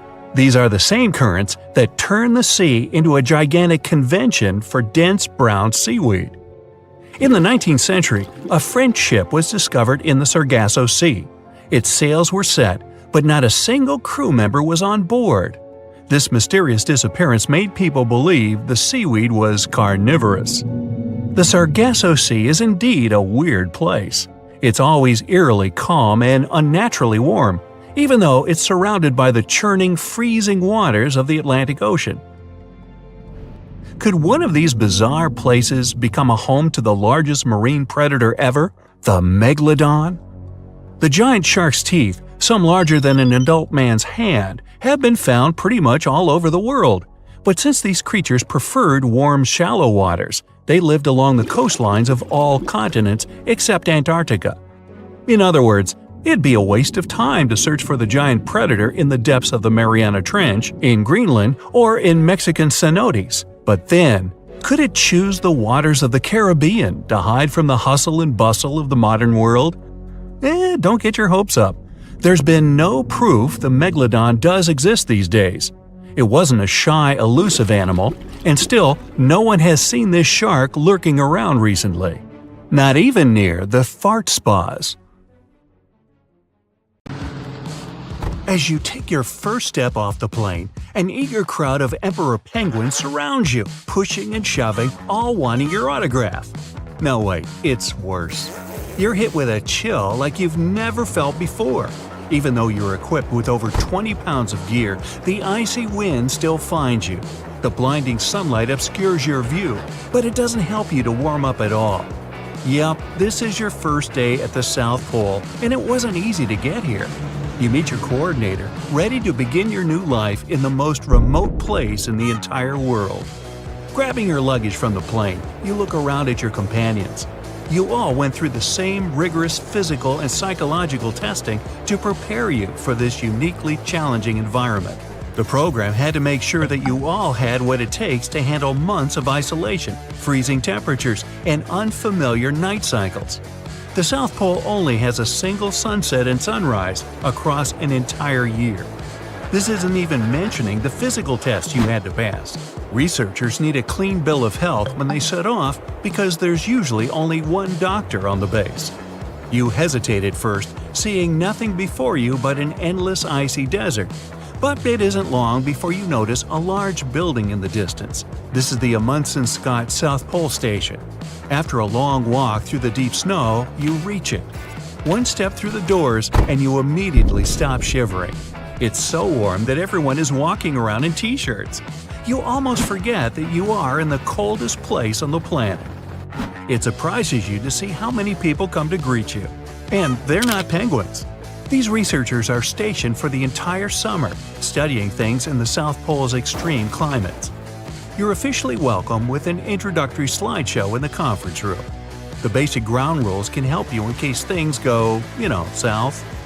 Everything is organized from provisions to waste management. The station recycles everything it can, even different kinds of batteries. Anything that can't be recycled is sent on a voyage all the way across the ocean to a dump in America. Once you're finished, the coordinator escorts you to your dorm, the place you'll call home for the duration of your stay. You're excited to tell your family and friends how amazing it is at the South Pole, and luckily, the station comes equipped with internet access. As soon as you open up YouTube and click on a video, though, you're greeted with a buffering sign. The lack of satellites over Antarctica means you'll need to get used to slow internet for a while. From your window, you can see the snowscape spreading out before you. Unlike the area around the coast of the continent, the South Pole is completely devoid of life. No plants or animals are able to brave the conditions this far inland. Other than the occasional bird blown off course by the wind, the entire area is just a deserted sea of ice. The Amundsen Scott South Pole Station stands alone in this desert. The base camp needs all kinds of people so it can survive in the unique environment. Cooks, plumbers, electricians, medics, and other staff are all required to keep things working, so the scientists can do their research. You might be surprised at how nice the living conditions are for all these workers. Sure, you'd find the usual research facilities and the laboratories, but there are also many rooms set aside for fun activities. The base has its own basketball court, where different departments can regularly compete. There are even whole rooms set aside for music and arts. Most importantly, there's a dentist who can make sure your teeth aren't damaged from all that chattering. Let's not forget the cafeteria that serves dishes from all over the world. Craving a delicious green salad? Then you head down to the internal greenhouse to pick some fresh fruits and veggies. You'll find tomatoes, avocados, lettuce, and even tropical fruits. The greenhouse might also be the most humid place on the entire continent. Amazingly, it's so effective that it can produce around 20 pounds of goodies per week. There won't be any water shortages either. The base is planted on an almost infinite supply of fresh water. The crews simply feed Antarctic ice into their specially designed generators that melt and filter it into clean drinking water. If the stress of the extreme climate ever gets to you, you can just hop into the sauna. Detoxing in the South Pole is a one-of-a-kind experience. Now that you're familiar with the facilities and can get around with ease, it's time to work.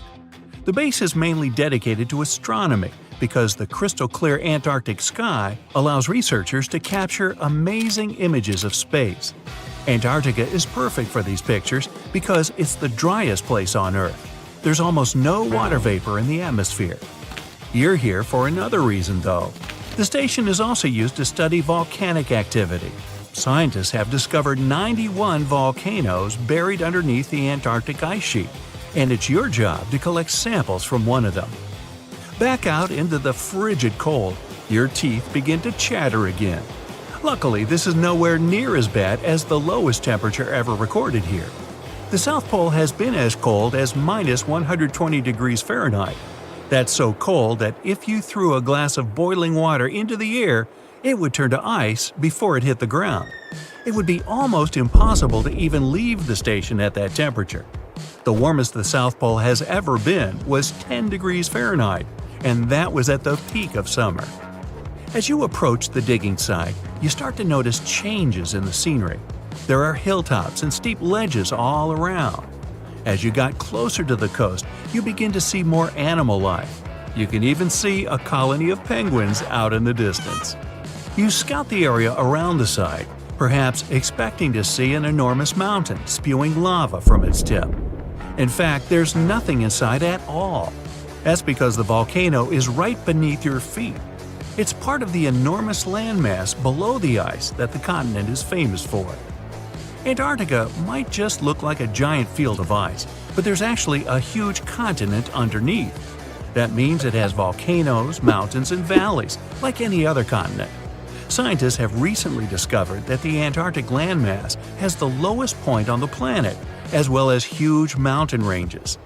If any of the numerous volcanoes were to erupt, It would melt a huge part of the surface ice and increase the spill of ice into the ocean. The sea level would rise and flood coastal areas around the world. The ocean waters would also be disrupted, putting marine life at risk. You can count yourself lucky, though. All of these volcanoes are dormant at the moment, so you can begin your work. You begin to unpack your equipment and start digging. You and your team set up a small tent to try to stay warm while you monitor the progress on some portable screens. Your stomach rumbles and your team rummage for the sandwiches they brought with them. There was no need to carry them in a cooler for obvious reasons. Smelling the food, Antarctic birds begin to circle above you as you eat. As you lay down to sleep, your 3 layers of clothes begin to feel like nothing more than a t-shirt. You put even more on and zip the tent up so you can finally get some rest. Strong wind buffets the tent, and you think you hear a growling outside. You panic, but then you remember there are no polar bears in Antarctica. In fact, there are no large predators at all, so you can sleep easy. You wake up, and the sky looks the same as it did all night. Each day lasts 6 months on this continent. Your work is done, so you can pack up and begin the long journey back to the station. Hours later, you get back to the more familiar flatlands of the South Pole, and eventually, the warmth of the research station. Your first few days on the station were a great success. You might have helped us to understand just a little bit more about this mysterious continent. There are sure to be many more surprises hidden under the ice sheet, though. Who knows what we might find in the future?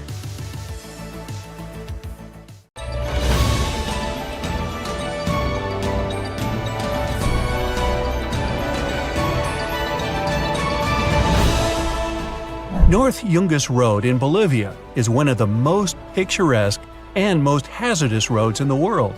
Just imagine biking along a cliff trail at a mind-numbing height, overlooking the lush Bolivian jungle and misty mountains at a distance. What a view!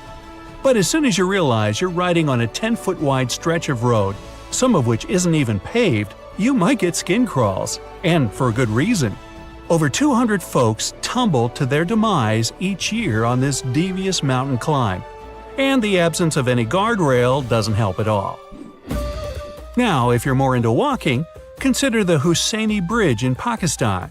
It's officially the most dangerous hanging bridge in the world, but hardly the only one in the country. It's a long and nerve-wracking traverse over Lake Borit, with many planks of the bridge missing and the whole construction creaking ominously in the wind.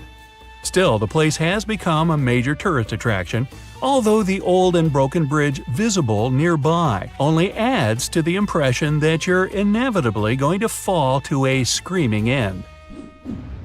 Well, at least you can be thankful that the lake beneath is not Lake Natron in Tanzania. If you fall into water, you still have a chance of survival. If you fall into the waters of Natron, not so much. The pH levels here are a skin-melting 10.5. What passes for water is more like an alkaline soup. No wonder this place is so peaceful. Pretty much nothing wants to live here. And yet, flocks of flamingos come to Lake Natron to breed every few seasons, and it becomes a white-pink paradise for the period. Positively. Which can't be said about the Danakil Depression in Ethiopia. Despite its beautiful, otherworldly landscape, it's perhaps the loneliest place on Earth. Yellow, orange, and green mounds are made of salt, sulfur, and iron, creating views like nowhere else on the planet. Yet the combination of temperature and toxic minerals makes this place absolutely unlivable. Researchers coming here haven't found even microscopic life in this valley. Really, like another planet. Beautiful and desolate. On the other hand, there's an island that's bubbling with life, yet still you don't want to be there. It's called Snake Island, and the name says it all. It's chock full of snakes.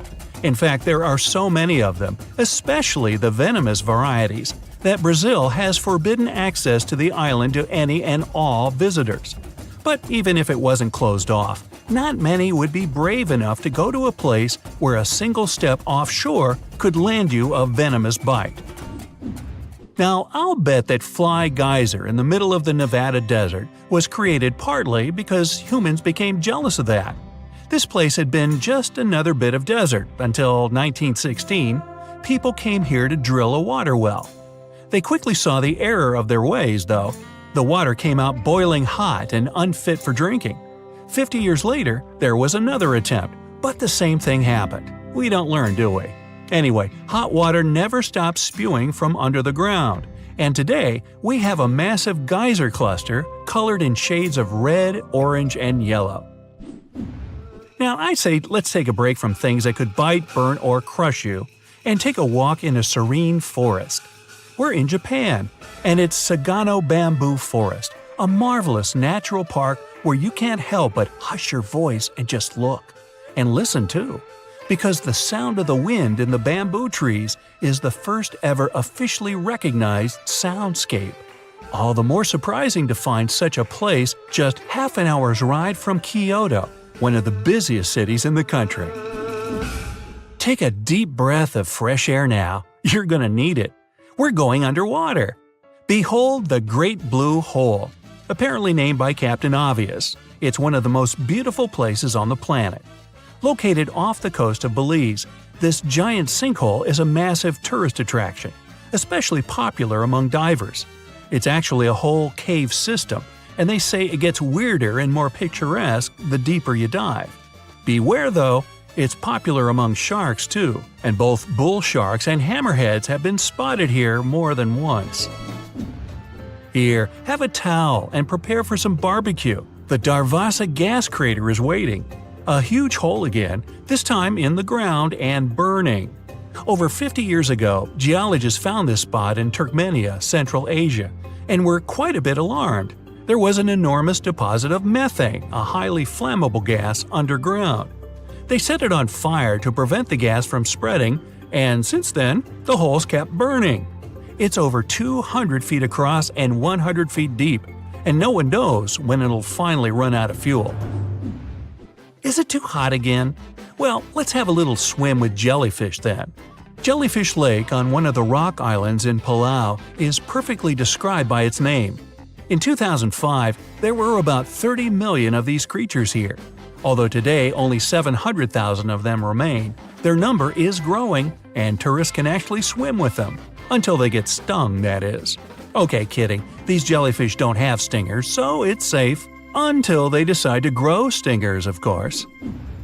From the depths, we're going even deeper. The Gomantong Caves are our next stop.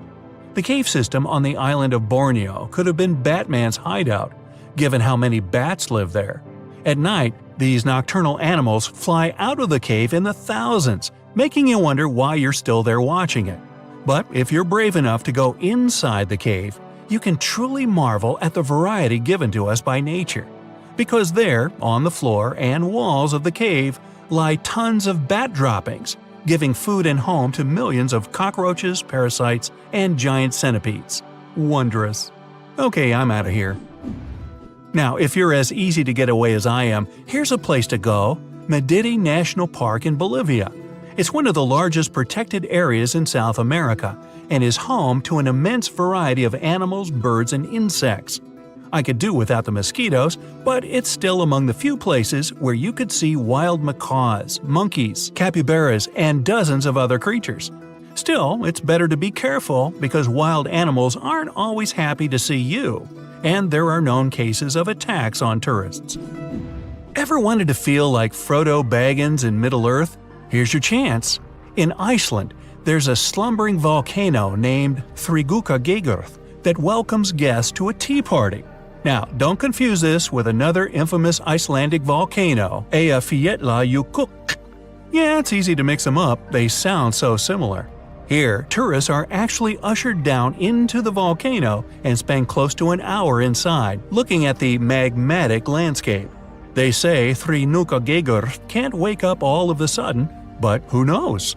Don't forget to bring the Ring of Power just in case. From the lowest dungeon to the highest peak, and here we are at Mount Hua in China. It's called the most dangerous hike in the world for a reason. It's high, it's crazy scary, and it's a hike. At the height of 7,000 feet, which already makes me reconsider, there are several wooden planks nailed to the sheer wall of the mountain. When you get to the start of the hike, You put on safety gear and realize there's no turning back. You have to walk all the way. And then back. But if you're lucky, you'll see a crowd of hundreds of tourists and decide not to spend hours waiting for your turn. Finally, to really creep you out, I'm taking you to Pripyat in Ukraine. If you watch the TV show Chernobyl, you probably know what happened in this area. If you didn't see it, well, don't have a meltdown. Much of the town is still off-limits for visitors, but there are already guided tours around the place. As haunting as it is, the landscape has some magnetic force. The silence makes you keep as quiet as you can. Also, you can see with your own eyes what happens when people abandon a whole city. Nature takes back what once belonged to it. Creeping vines along the walls and lampposts, trees and bushes sprouting from under concrete. And the main attraction in this desolate place is the rusty old Ferris wheel. That sure shivers my timbers. I'm about to introduce you to a place where the laws of physics take a vacation. Welcome to the mystery spot, where you can witness all kinds of implausible things that will leave you scratching your head in disbelief. Don't worry, it's not sorcery or witchcraft. It's just some clever optical illusions that mess with your brain and make you question reality. Back in the day when the Great Depression was hitting hard, people needed some fun distractions. That's how the entertainment industry gave birth to the concept of mystery spots. One of the most famous mystery spots is the one near Santa Cruz, California. The name is all intrigue and mystique, isn't it? Once you step inside, you'll see people standing upright on a slanted floor or at impossible angles on a flat surface. You'll see a ball rolling up a ramp defying gravity and logic. It's like being in a funhouse but without creepy clowns. The site is known for its gravity-defying demonstrations, which appear to bend the laws of physics, both on the short uphill walk and inside the wooden building on the site. Misperceptions of the height and orientation of objects occur here. These visual illusions include balls rolling uphill and people leaning farther than normally possible without falling down. Psychologists at Berkeley state that all of the misperceptions stem from the simple fact that the house is slanted at a 20-degree angle. The next stop is again in the USA, but this time at Hoover Dam in Nevada. Here, gravity seems to play with us too. Try this experiment if you ever happen to go there. Pour water from a bottle over the dam. You will witness that instead of going down, the water will start flowing upward. The reason behind this is a very powerful updraft that the structure of the dam creates. In other words, the water gets carried upward by the wind. This trick is not unique to the dam, as there's a reverse waterfall in the Faroe Islands. It occurs due to a wild weather phenomenon known as an inverted waterfall.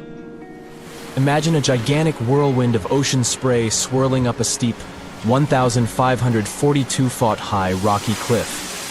So how does this crazy phenomenon happen, you ask? Well, it's all thanks to a spiral column of air that rotates near high and steep cliffs, creating a mini tornado effect. And when the wind hits the edge of the cliff, it gets even stronger and picks up coastal water, which then splashes up the cliff and creates a massive water and wind funnel.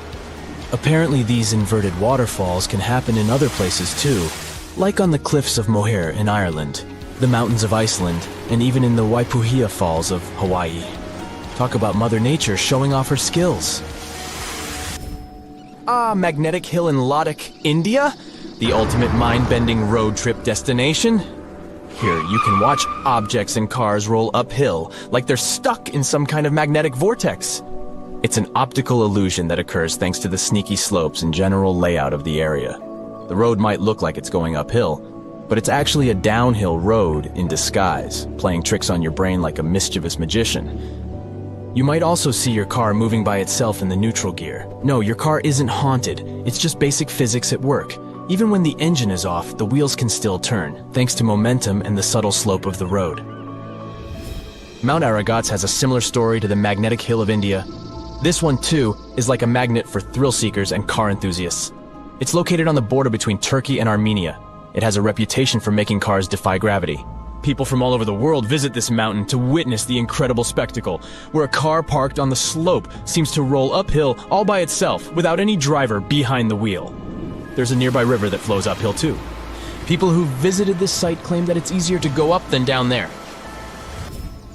Number 6 on the list is the Golden Boulder from Myanmar. The rock looks like it's about to tumble down the hill at any moment. But it's not going anywhere. It's been sitting there for over 2,500 years. The rock is the centerpiece of a stunning pagoda that sits on top of it, towering 49 feet above the ground. According to legend, the rock is held in place by none other than a strand of Buddha's hair.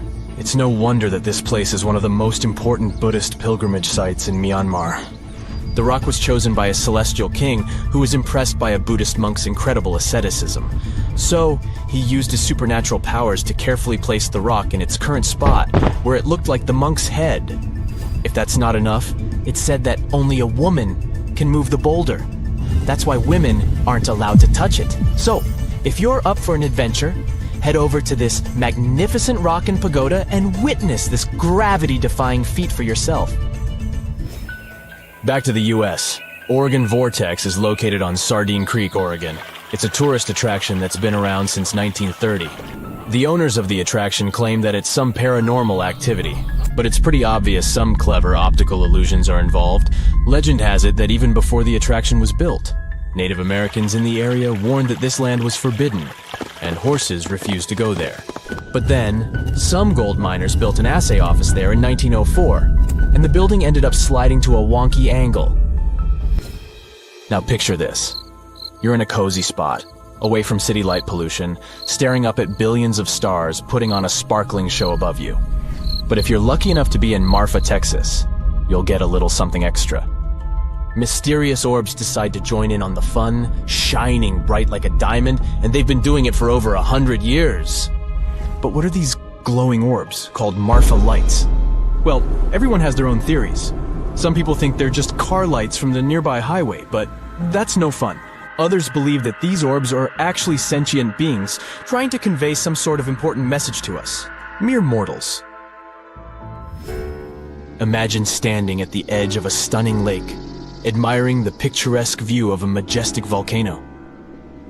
Suddenly, you hear a loud boom and flames shoot up into the air like a fireworks show gone wild.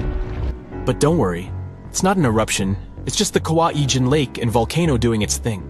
This fiery spectacle is caused by a natural phenomenon where sulfuric gases burst through the rocks and ignite upon contact with the outside air.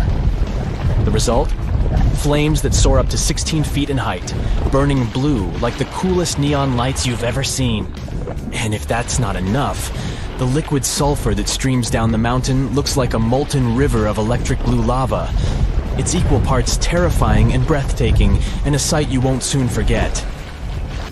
Speaking of unforgettable things, the Richat structure in Mauritania has been an eye-catching enigma for astronauts since the dawn of the NASA space program. This circular feature in Earth's crust was created by a raised dome that was eroded over time, revealing the original flat rock layers. As you move from the center of the structure outward, you travel back in time, as the older rock layers are exposed in the middle. This geological phenomenon is made up of sedimentary and igneous rocks and measures 28 miles across. From space, you can see several faults where the rock layers have shifted and have been pulled apart. The Richat structure is situated in the heart of the Sahara Desert. There you go. This is our version of the top 10. Would you add something else to this list? You're going to Ilha de Queimada Grande, one of the most dangerous islands in the world. There, you find yourself among rainforests, huge rocks, and grasslands. The place is home to birds, locusts, and giant cockroaches. But there's one more animal, and because of it, the island got its notorious reputation. Snakes live there, and a lot of them. So many that the place is also known as Snake Island. Will you survive there? Located just 20 miles away from the coast of Brazil, the island has an area of 43 hectares, or over 100 acres. It probably got cut off from the mainland after the last ice age. The snakes were also separated from most other animal species. They didn't have competitors and had an unlimited source of food. In such a small area, there are up to 4,000 snakes. That's one snake for every 10 square feet. It would be a difficult feat not to come across a snake on this island. Not only is this snake, the golden lancehead, one of the most numerous on the island, but it's also a highly venomous pit viper species. and it's also one of the most venomous in all of Latin America. Its venom is so potent due to the isolation of the species, with only birds sharing the land with them. To catch these birds, the snake's venom needed to become extra strong. And indeed, since they got separated from their distant relatives, their venom has become up to 5 times more powerful. Most of the time, these snakes hide in the trees or amongst leaves on the ground. If you find yourself stranded here, you'll want to keep yourself a safe distance away. Snakes mainly use their sense of smell and rely on vibrations. If you get too close to one, either stand still or slowly walk away. If you make too many vibrations, this will make them feel threatened, causing them to strike. If you spot them a safe distance away, or if you're walking toward tall grass, stamp your feet a couple of times. This will notify snakes of your presence. They won't risk taking down prey larger than they are and will likely slither away. Carrying a stick is always a good idea, just in case you happen to come across a snake accidentally. This way, you'll have an extension of your arm that cannot be bitten. This simple thing might save your life. A stick with a V shape on the end will give you even more advantage. Even if a snake starts acting aggressively, holding it down will stop it in its tracks. But whatever happens, don't try to pick it up. Okay, but what if you get bitten? The chances are pretty high on this island, of course. First of all, don't try to get the venom out on your own. Make sure you call emergency services immediately. And once help is on the way, apply a wide bandage. A piece of clothing will do if you don't have anything else. Don't try to chase the snake trying to identify the species. Emergency services know how to figure out what venom it is. Now, just keep calm and wait for help. You might be wondering who you can call on this abandoned island. Well, since it's strictly prohibited to visit this place, there are signs advising to stay away all over the island, along with a number you can call if you run into trouble.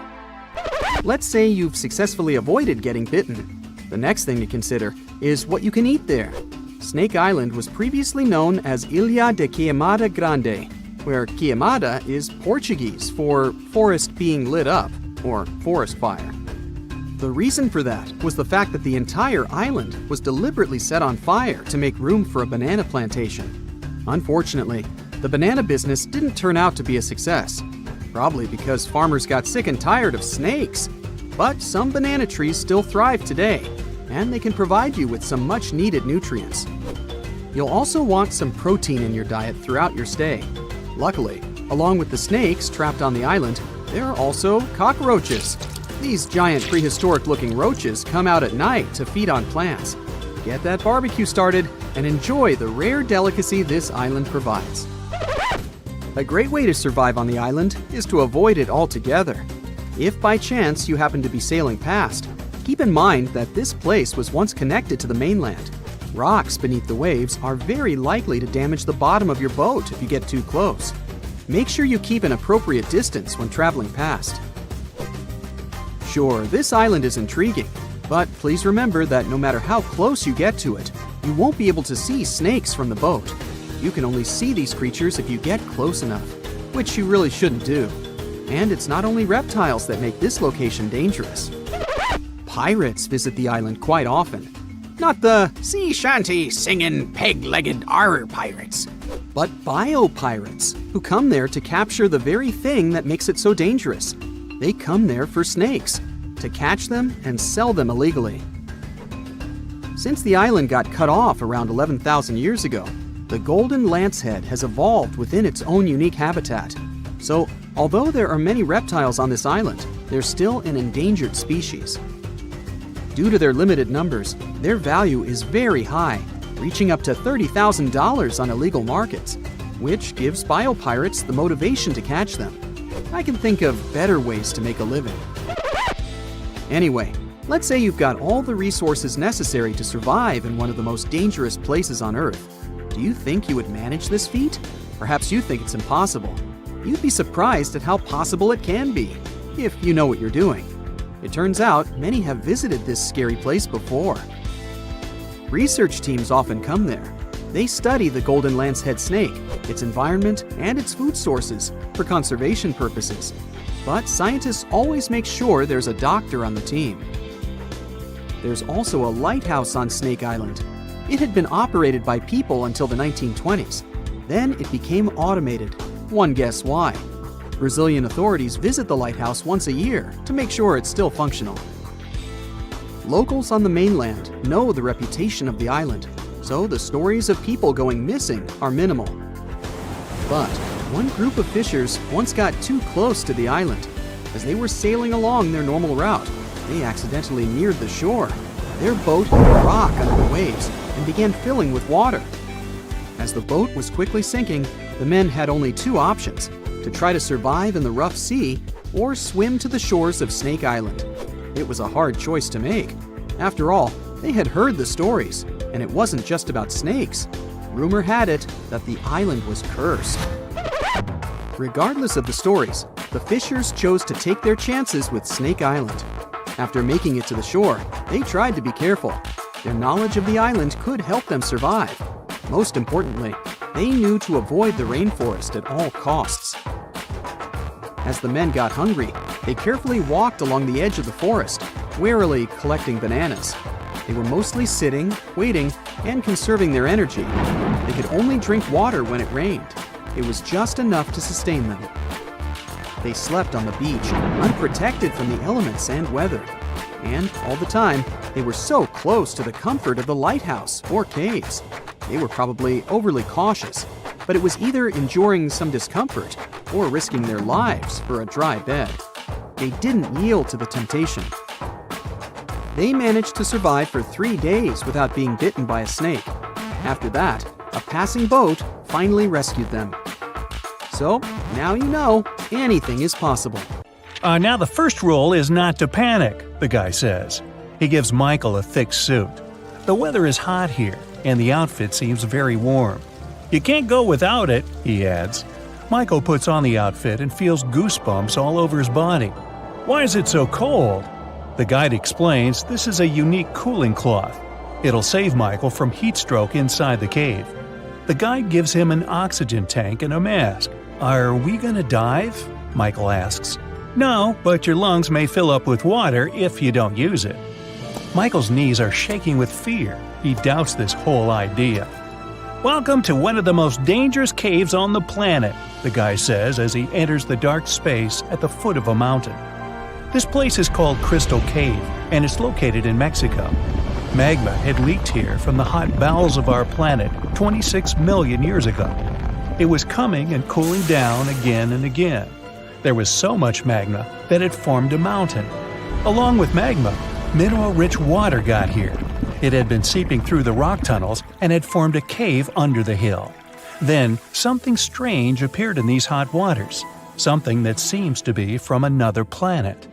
Michael is going down the road. He illuminates the bottomless darkness with a flashlight. The air becomes hot and heavy. Microscopic particles of water are hovering here. Along with the guide, Michael descends to 980 feet. This is more than half of the Empire State Building's height. The air temperature goes up. It feels as if they were approaching the Earth's core. Finally, the descent ends, and they jump on solid ground. The guy puts on an oxygen mask and tells Michael to do the same. You can't breathe in such moist and acidic air. The lungs can fill with water, which will lead to disastrous consequences. The air here feels to Michael as if he's walking through a very thick fog. The temperature rises up to 136 degrees Fahrenheit. It's higher than in the world's most hot deserts. Michael lights his way and notices something big, white, and shiny. It's a huge crystal beam sticking out of the ground that's reaching up. The whole cave is filled with these huge things. They stretch in different directions and rest against the ceiling and the walls. Somewhere they block the path, and somewhere they are like bridges. Michael climbs onto one of the crystals and walks on it. The guide explains that each column is made of gypsum. You know this substance as it's used to produce building material, plasterboard. Michael touches the hard surface of one of them. It seems that some ancient civilization could have built it. The guide says that everything inside this cave is natural. For the first time, this place was discovered by 2 miners in the year 2000. Since then, scientists have managed to find out that some crystals are 500,000 years old. You can also find one of the largest natural crystals in the world here. This beam is about 36 feet long and weighs 55 tons.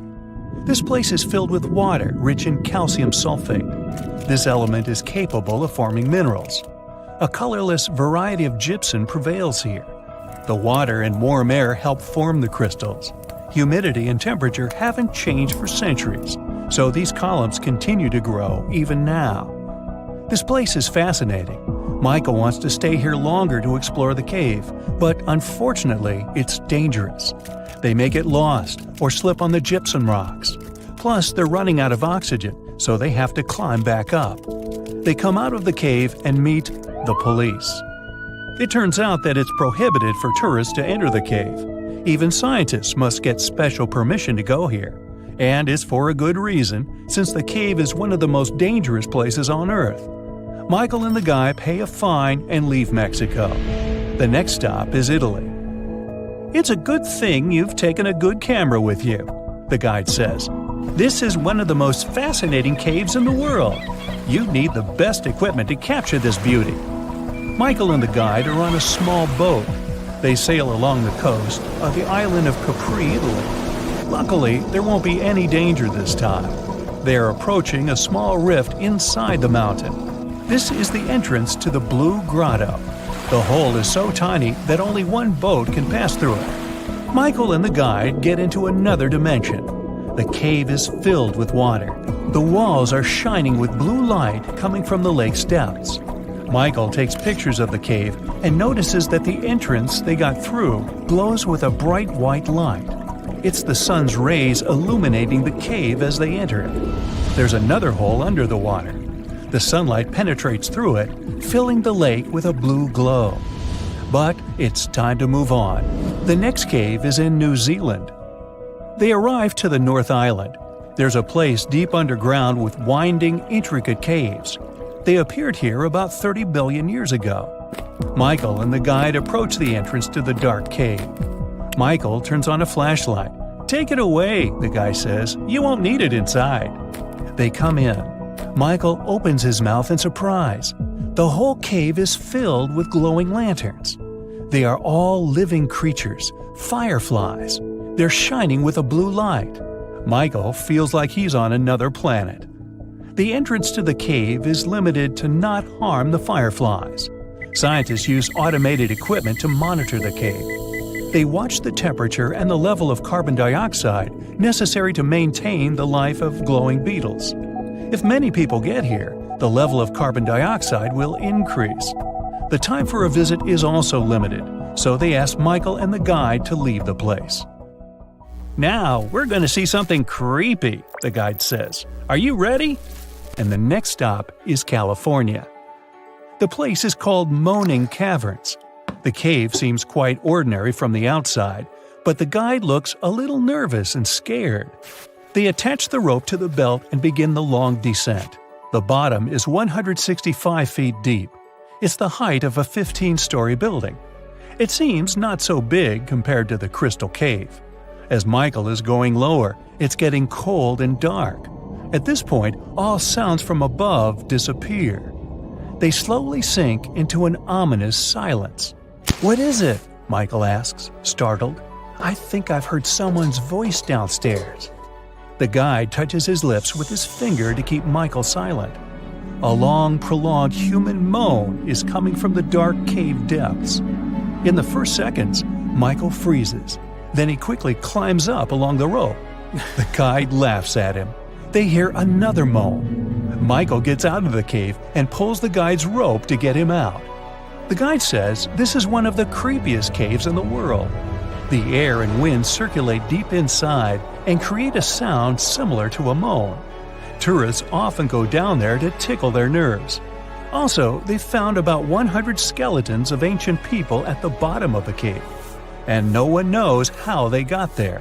Michael doesn't want to go back inside the cave. He asks the guide to tell him how caves form. It turns out that it all starts when the ground absorbs acid rain consisting of water and carbon dioxide. The liquid penetrates through the soil and comes into contact with hard rock surfaces. When water touches limestone or dolomite, it dissolves them and helps to form an empty space. Every year there's more and more space around. The rain continues to fall and accumulate in this open area. Then the water forms a stream or an underground river. After that, the erosion of hard rocks begins. Thousands of years later, there's enough space to fit a human here. Then this space becomes a cave. When erosion combines with stalactites and stalagmites, it forms chambers and impressive columns. By the way, here's the difference between stalactites and stalagmites. Stalactites hang from the ceiling. Stalagmites stick out of the ground. It takes about 1 million years to develop such underground landscapes. So, every time you walk in these places, you come into contact with the ancient past of our planet. A strange lake appeared in India 52,000 years ago. It was formed here literally out of nowhere. I recall it was a Wednesday. Anyway, for tens of thousands of years, people came up with various scary stories about the lake. Some locals believe this place was cursed. Others think that the lake's bottom hides the gateway to the underworld. But those are all legends. The real reason for the appearance of this Lonar Lake is even more surprising. At first, scientists were sure that the lake was an ancient crater of a long-extinct volcano. It's in a balsam field made of 65-million-year-old volcanic rock. But then, geologists conducted a detailed analysis of the soil and water and found that Lonar Lake had a space origin. Geologists found a unique glass inside the lake that forms only with a strong impact and energy release. 52,000 years ago, a huge meteorite weighing 2 million tons fell into this place. It was almost 6 times heavier than the Empire State Building. The striking power was so high that the volcanic rock melted and turned into glass. Perhaps the bottom of this lake still contains particles of this giant meteorite that flew to us from the distant space depths. Okay, we have a lake created by a space object more than 50,000 years ago. But even this is not the strangest thing about it. In 2020, the locals noticed that Lonar Lake had turned pink. In just a few days, the salt water mysteriously changed its color. Biologists and geologists immediately took water samples to the Scientific Research Center. The detailed analysis showed that the water contained an increased level of unique microbes. They accumulate on the surface and emit some pink pigment. Soon these microbes settled to the bottom and the lake became transparent again. Also, rains help the water go back to its usual appearance. These microbes color the lake and make the pink plumage of flamingos even brighter. The birds get food from the Lonar Lake and absorb these pink bacteria. Now, Lonar Lake is a popular place among tourists. But this is not the only thing that may surprise you in India. Our next stop is a small village with about 2,600 people located in a hot rainforest. The locals are very hospitable. They welcome not only tourists, but also one of the most venomous reptiles on the planet. King cobras are crawling in almost every house in this village. Locals are happy to see them as if they were their pets. People share water and food with these animals. They even give the reptiles a special corner where they can relax from the scorching sun. Ah, cobras crawl in houses, schools, and even on the streets. Humans and reptiles are used to each other and feel safe. There has never been a case of a cobra attack in the village. It's the only place in the world where these venomous reptiles live in such harmony with people. Now, imagine a town that consists of many little united villages. The residents are all engaged in agriculture. They know how to extract water from ground rocks, and they bargain well. The town has been thriving for several centuries, and people live happily in it. Then, one day, everything changes. All the residents quickly pack up their stuff and run away from their homes. Overnight, the town becomes abandoned. It is a real story that happened in the state of Rajasthan in 1825. And still, no one knows why the people disappeared from there. The most popular version says that the cruel local ruler collected large taxes from the locals. Then he fell in love with the daughter of the chief of this town and threatened that he would collect extra taxes if the girl refused to be his wife. Citizens decided to support the woman and her father and left their homes in one day. This town is still empty, but the locals from the nearest cities are afraid to approach. Our next stop is the state of Maharashtra. There's a small village there with very positive people. They go to stores, cafes, schools, and banks. Everything here seems quite ordinary, and you wouldn't notice what's so special about this place. But just wait for the night to come. People go to sleep and no one locks their houses. There are no locks at all in this village. The door of any building is always open here. The owners leave the shops, cafes, and libraries open. When locals go to work, they don't lock up their homes either. They don't hide money and jewelry. The reason for this is the complete absence of thefts. The villagers are sure that anyone can get into serious trouble for stealing. According to a legend, about 300 years ago, after prolonged rains and floods, a large black stone slab appeared in the center of the village. This slab symbolized an Indian mythical creature that watched over the locals. At some point, people stopped locking their houses because they knew that no one would dare to commit theft in that creature's face. In 2015, a police station was opened here, but almost no one has reported an incident since then. The building doesn't even have doors because the police don't keep anyone there. Another fantastic place in India is a village in the state of Assam. Hundreds of locals prepare here for an unusual celebration every now and then.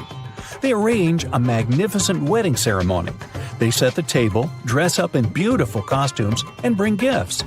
And all this for the newlyweds.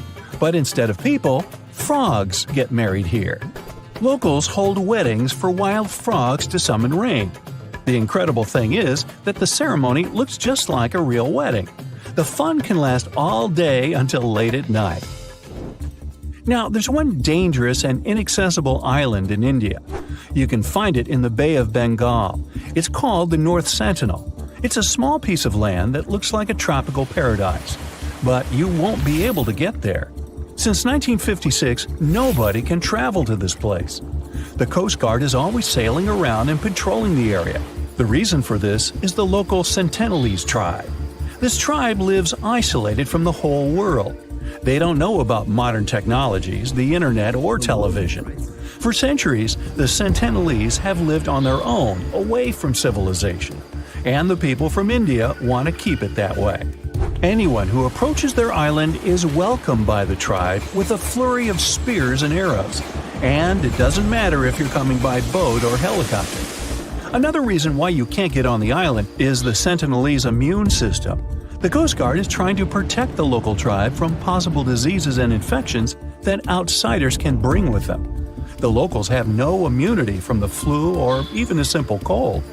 They don't know what that is. Also, there are coral reefs and limestone around the island, which significantly complicates the passage of large ships. Despite all the prohibitions, many people tried to get to the island.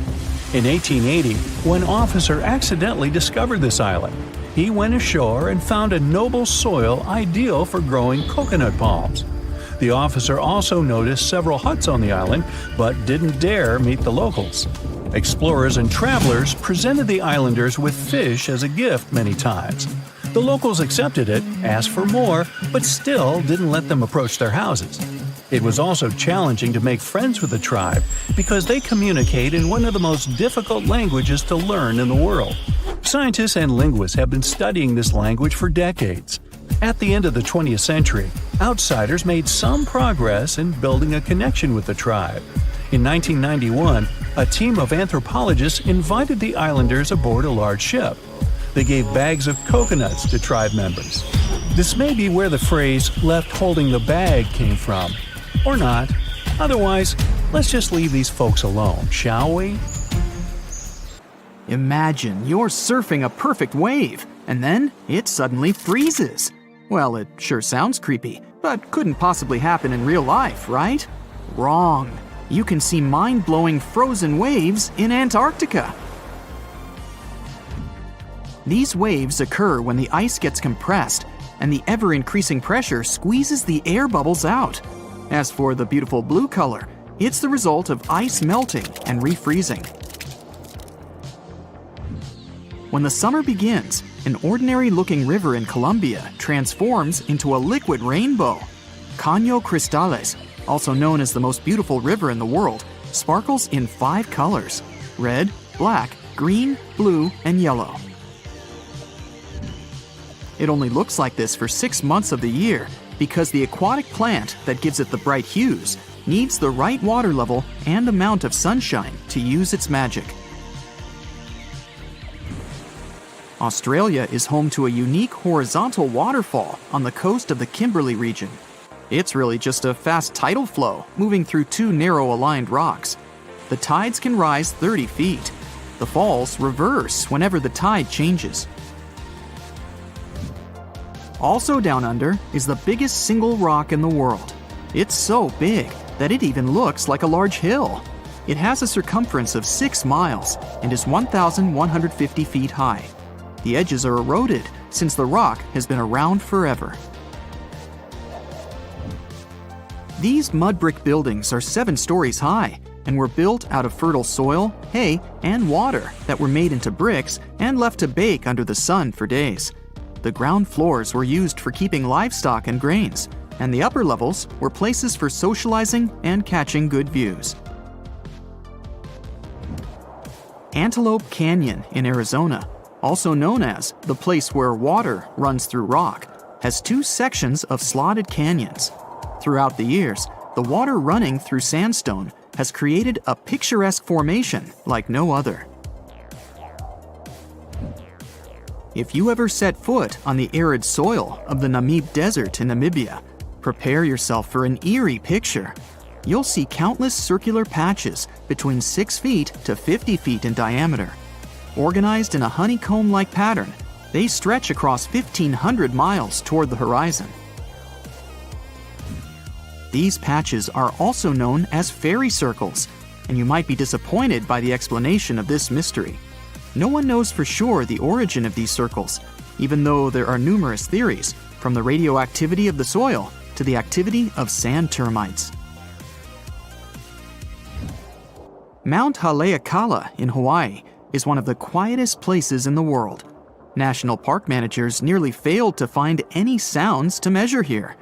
The place translates from Hawaiian as House of the Sun. It formed thanks to a volcano that got active 1 million years ago. The lava flows built up over the years and grew into a mountain.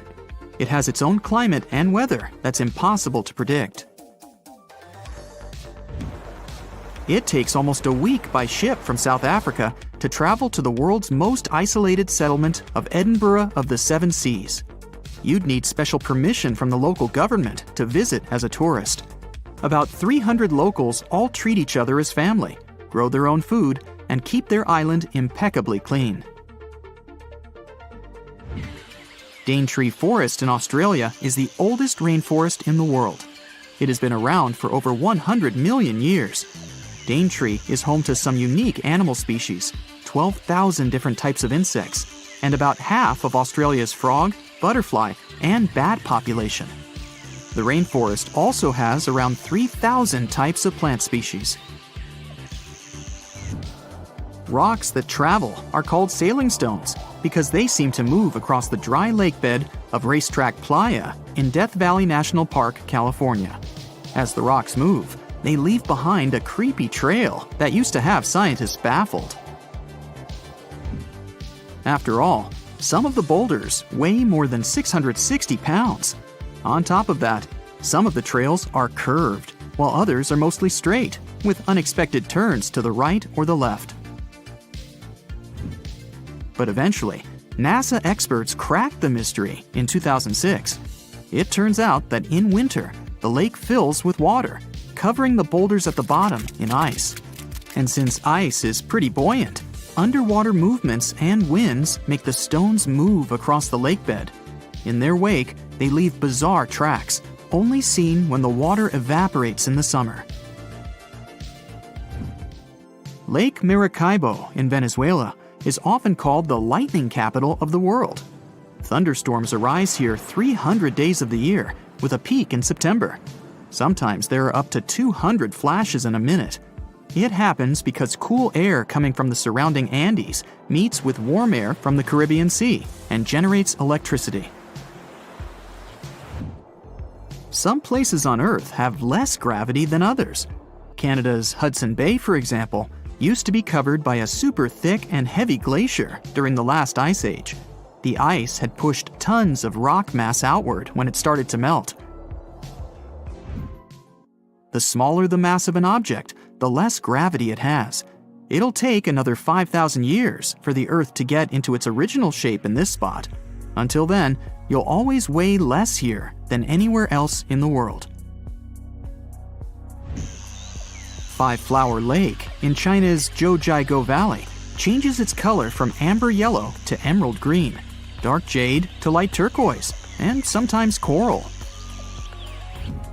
It never freezes thanks to underwater hot springs and never melts or dries up, unlike other neighboring lakes. The locals believe it's made up of pieces of a mirror that fell down from the sky. The surrounding valley has some narrow conic karst landforms, spectacular waterfalls, around 140 bird species, and giant panda, along with other endangered plant and animal species. Cape Denison in the Commonwealth Bay in Antarctica is the windiest place on the planet. It has unusual downslope winds. They are formed because of the continent's dome shape and the always cold climate. These winds are so fast and strong, they ruin the measuring instruments and the masts they are attached to. The record speed so far was 200 miles per hour. The Sahara Desert, which takes up 10% of the African continent, is extremely hot and dry. That's why it's one of the top places with the clearest skies. There's hardly ever a cloud above it. This, plus the remoteness from any civilization, makes it one of the best spots for stargazing. In Denmark, people experience blackout-type effects on a pretty regular basis. Just look how weird it is. But it gets even more bizarre when you find out that birds are the cause of this unusual phenomenon. Every spring and fall, millions of starlings begin their annual migration from Sweden, Finland, and Norway toward Britain, Belgium, and France. Denmark is the lucky place where you can observe Sort Sol, the Danish name for black sun. The birds travel in large flocks, which makes it easier to exchange information and stay warm. Before the birds land, they perform movements that look like dancing, but in fact, they are making different formations in an attempt to shoo predators away. And although the birds fly in highly synchronized patterns, people think that the huge flock changes its shape chaotically.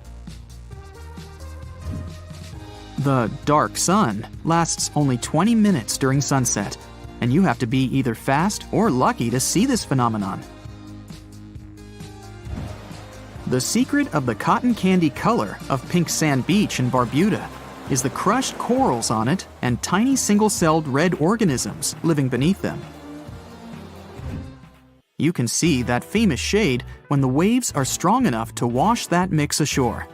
The secret of impeccable cleanliness of this place is that it has no public facilities and is less crowded than other Caribbean islands.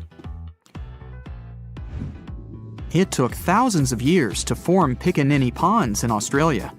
This whole time, underground freshwater was slowly moving to the surface through limestone. It formed a large underwater cavern with white limestone walls. You'd need a special permit to dive here, and it's definitely worth it. Batara Gorge Waterfall has 3 natural bridges for anyone to walk across, take awesome pictures, and even have picnics. The waterfall is a result of limestone erosion that's been going on for millions of years, even though it looks like someone punched a hole right in the middle. It's located in the village of Tanarine, which is just 2 hours away from the capital Beirut. A village in the Meghalaya state in India is known as the wettest on the planet, according to the Guinness World Records. The average annual rainfall here is about 470 inches. It's a result of warm, moist monsoon winds coming from the Bay of Bengal, bringing clouds full of rain. It flows into rivers and waterfalls and never stops. The locals that work in the fields always wear basket-like covers to protect themselves somehow. The village of Leknes, with a population of about 3,500, is located in Norway, above the Arctic Circle. It has an unusually warm climate compared to other places in the same latitude. In January, the average minimum is 32 degrees Fahrenheit and rarely drops below 30 degrees Fahrenheit. July average temperature is 53 degrees Fahrenheit. That's pretty regular for many places in Europe. The Avenue of the Baobabs is probably the most incredible and surreal avenue in the world. To see it, head to Madagascar. It's not the only giant thing you can find there. This island is also home to huge comet moths. Their wingspan is crazy, up to 8 inches, so you don't even need to look for iffy bottles with "Drink Me" signs on it to significantly shrink in size. Huacuchina looks like an oasis in the middle of a desert. Oh wait, it actually is a desert, but unlike many others, it has a bunch of clubs and bars. A fun thing you can do there is sandboarding and even bodyboarding. Make sure you've got the glasses on and your mouth's tightly closed. The Tunnel of Love in Kliven, Ukraine is completely covered with plants. Some couples believe that if they go through this 2.5-mile-long tunnel together, their dream might come true. Be careful what you wish for, though. There are trains going through this tunnel 3 times every day. The dark hedges in Northern Ireland seem a bit creepy because of the legend that surrounds this alley. The locals say the road is haunted by the ghost called the Grey Lady. By the way, guess what TV show was filmed here? In northern Portugal, there's a wonderful house that looks like a prehistoric building, almost like a cave, but it's an actual cottage. It's called Casa do Penedo, which literally means boulder house, and it's a tiny museum now. From far away, it looks like a huge stone and a perfect dwelling for some mysterious creature. Another such abode is in Italy, somewhere in the middle of Rishenzi. It's an artificial lake created as a result of flooding. This place is famous for its 14th century church standing right in the water. So the only time you can get there on foot is in winter, when and if the lake freezes over. One lake you can definitely take a stroll on is Baikal. No wonder, located in the heart of Siberia, it freezes over every winter. It's so large that it has 27 islands on it. It's also the deepest lake in the world, reaching almost 5,400 feet. Off to hot waters. Grand Prismatic Spring in Wyoming is the largest spring in the U.S. and the 3rd largest water source of this kind in the world. Don't you dare swim there. Not only is it boiling hot, you'll also have to face a fine for that. Enjoy it safely on the shore. Mont Saint-Michel in Normandy, France is a top fairy tale destination if you ever wanted to feel like a prince or princess. The magnificent castle is surrounded by water, but not all the time. It all depends on the moon. The highest tide can be seen 36 to 48 hours after a full moon. When I was there, I saw only a deserted area with a few puddles. A night sky with thousands of stars has those romantic vibes, but the literal sea of stars probably has even more. Welcome to the Maldives' Vathu Island. The beaches here glow blue at night, thanks to the bioluminescent plankton in the water. You didn't think these were real stars, did you? If the stars don't interest you that much, you'd likely like the sky full of balloons. Cappadocia, a region in Turkey, is originally famous for incredible rock formations, but it also attracts visitors thanks to its wonderful hot air balloon experience. For those who always wanted to walk on clouds whenever they peeped out of the window on a plane, good news, guys! You can do just that in Bolivia. It's not a literal cloud, but an extremely large salt tile. It's called Salar de Uyuni, and it mirrors the sky during the wet season, creating that illusion of infinity and walking on the sky. In Colombia, make sure to visit the Las Lajas Sanctuary. To get to the church itself, you'll need to cross a bridge that seems to be hung right in the air, and there's some fast-flowing water underneath you. Well, we're back in France. It's Colmar-Alsace region, and just look at these houses. Colorful facades made of timber, canals all adorned with flowers, and cobblestone streets. Germany is full of cities with these cozy gingerbread houses, and Rothenburg ob der Tauber is not an exception. It's an almost fully preserved medieval town with dozens of multicolored facades and authentic taverns. It looks especially magical in winter, with snow-dusted roofs and awesome holiday markets. In Iceland, many houses have grass roofs. Such dwellings are called turf houses, and grass on top of them has multiple functions. It not only decorates, but also protects houses from heavy rains. The grass grows in the foundation made of lava rock and needs regular trimming. In Costa Rica, on the islands of Isla de Caño, there's an assortment of about 300 circular objects of different sizes. Locals call them las bolas, which is simply the balls in English. These stones have an almost perfectly round shape. Some of them are huge, weighing up to 16 tons each. They're also made of different materials: gabbro, limestone, and sandstone. They're considered to have been put in lines in front of the chief's houses. Nobody knows for sure where those balls came from, but some myths claim they originated from Atlantis. A place called Angel Falls speaks for itself. It does look idyllic. It's the world's tallest uninterrupted waterfall, many times taller than Niagara Falls. The water falls in cascades, and much of it evaporates on its way down, which creates an illusion of those beautiful clouds. If you're into dazzling shine, try visiting the Grand Crystal Cave in Mexico. You can only do so under professional supervision, but it's definitely worth it. Chances are you've never seen a crystal twice your body size. In Morocco, there's a town called Chefchaouen in which the prevalent color is sky blue. Not azure, not cornflower blue, and not turquoise. Most dwellings there are painted the most beautiful shade of blue you've ever seen. The place is not easily accessible. It's located in the Rif Mountains. One more sky blue place is Santorini, which is probably a bit more easily accessible. The dwellings are painted white, but almost all the roofs are of a vibrant blue shade. The white paint is to keep the heat away and make sure you've got the most Instagrammable location. In Slovenia, don't forget to visit one of the world's most spectacular spots, Lake Bled. The color is truly aquamarine. Nope, it's not photoshopped. Right in the middle of the lake, there's a cliff which is actually a small island. There's a castle and a couple of other dwellings too. To sweeten the trip even more, try a piece of bled cream cake baked with a secret recipe. When you first see a photo of Moraine Lake in Canada, you'll probably believe it's either photoshopped or painted by a professional artist. But this place is real, combining a myriad of blue shades that feel so idyllic you don't want to ever leave here. Bagan, the mysterious land located in Myanmar, has all the ingredients to be a truly out-of-the-fairy-tale spot. You can enjoy all the exotic vegetation, misty mountain landscape, and numerous temples riding a bike, or you can see it from a hot air balloon.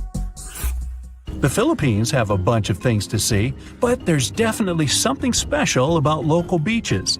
If you ever go there, the hidden beach in the El Nido itinerary is the perfect place to enjoy some solitude.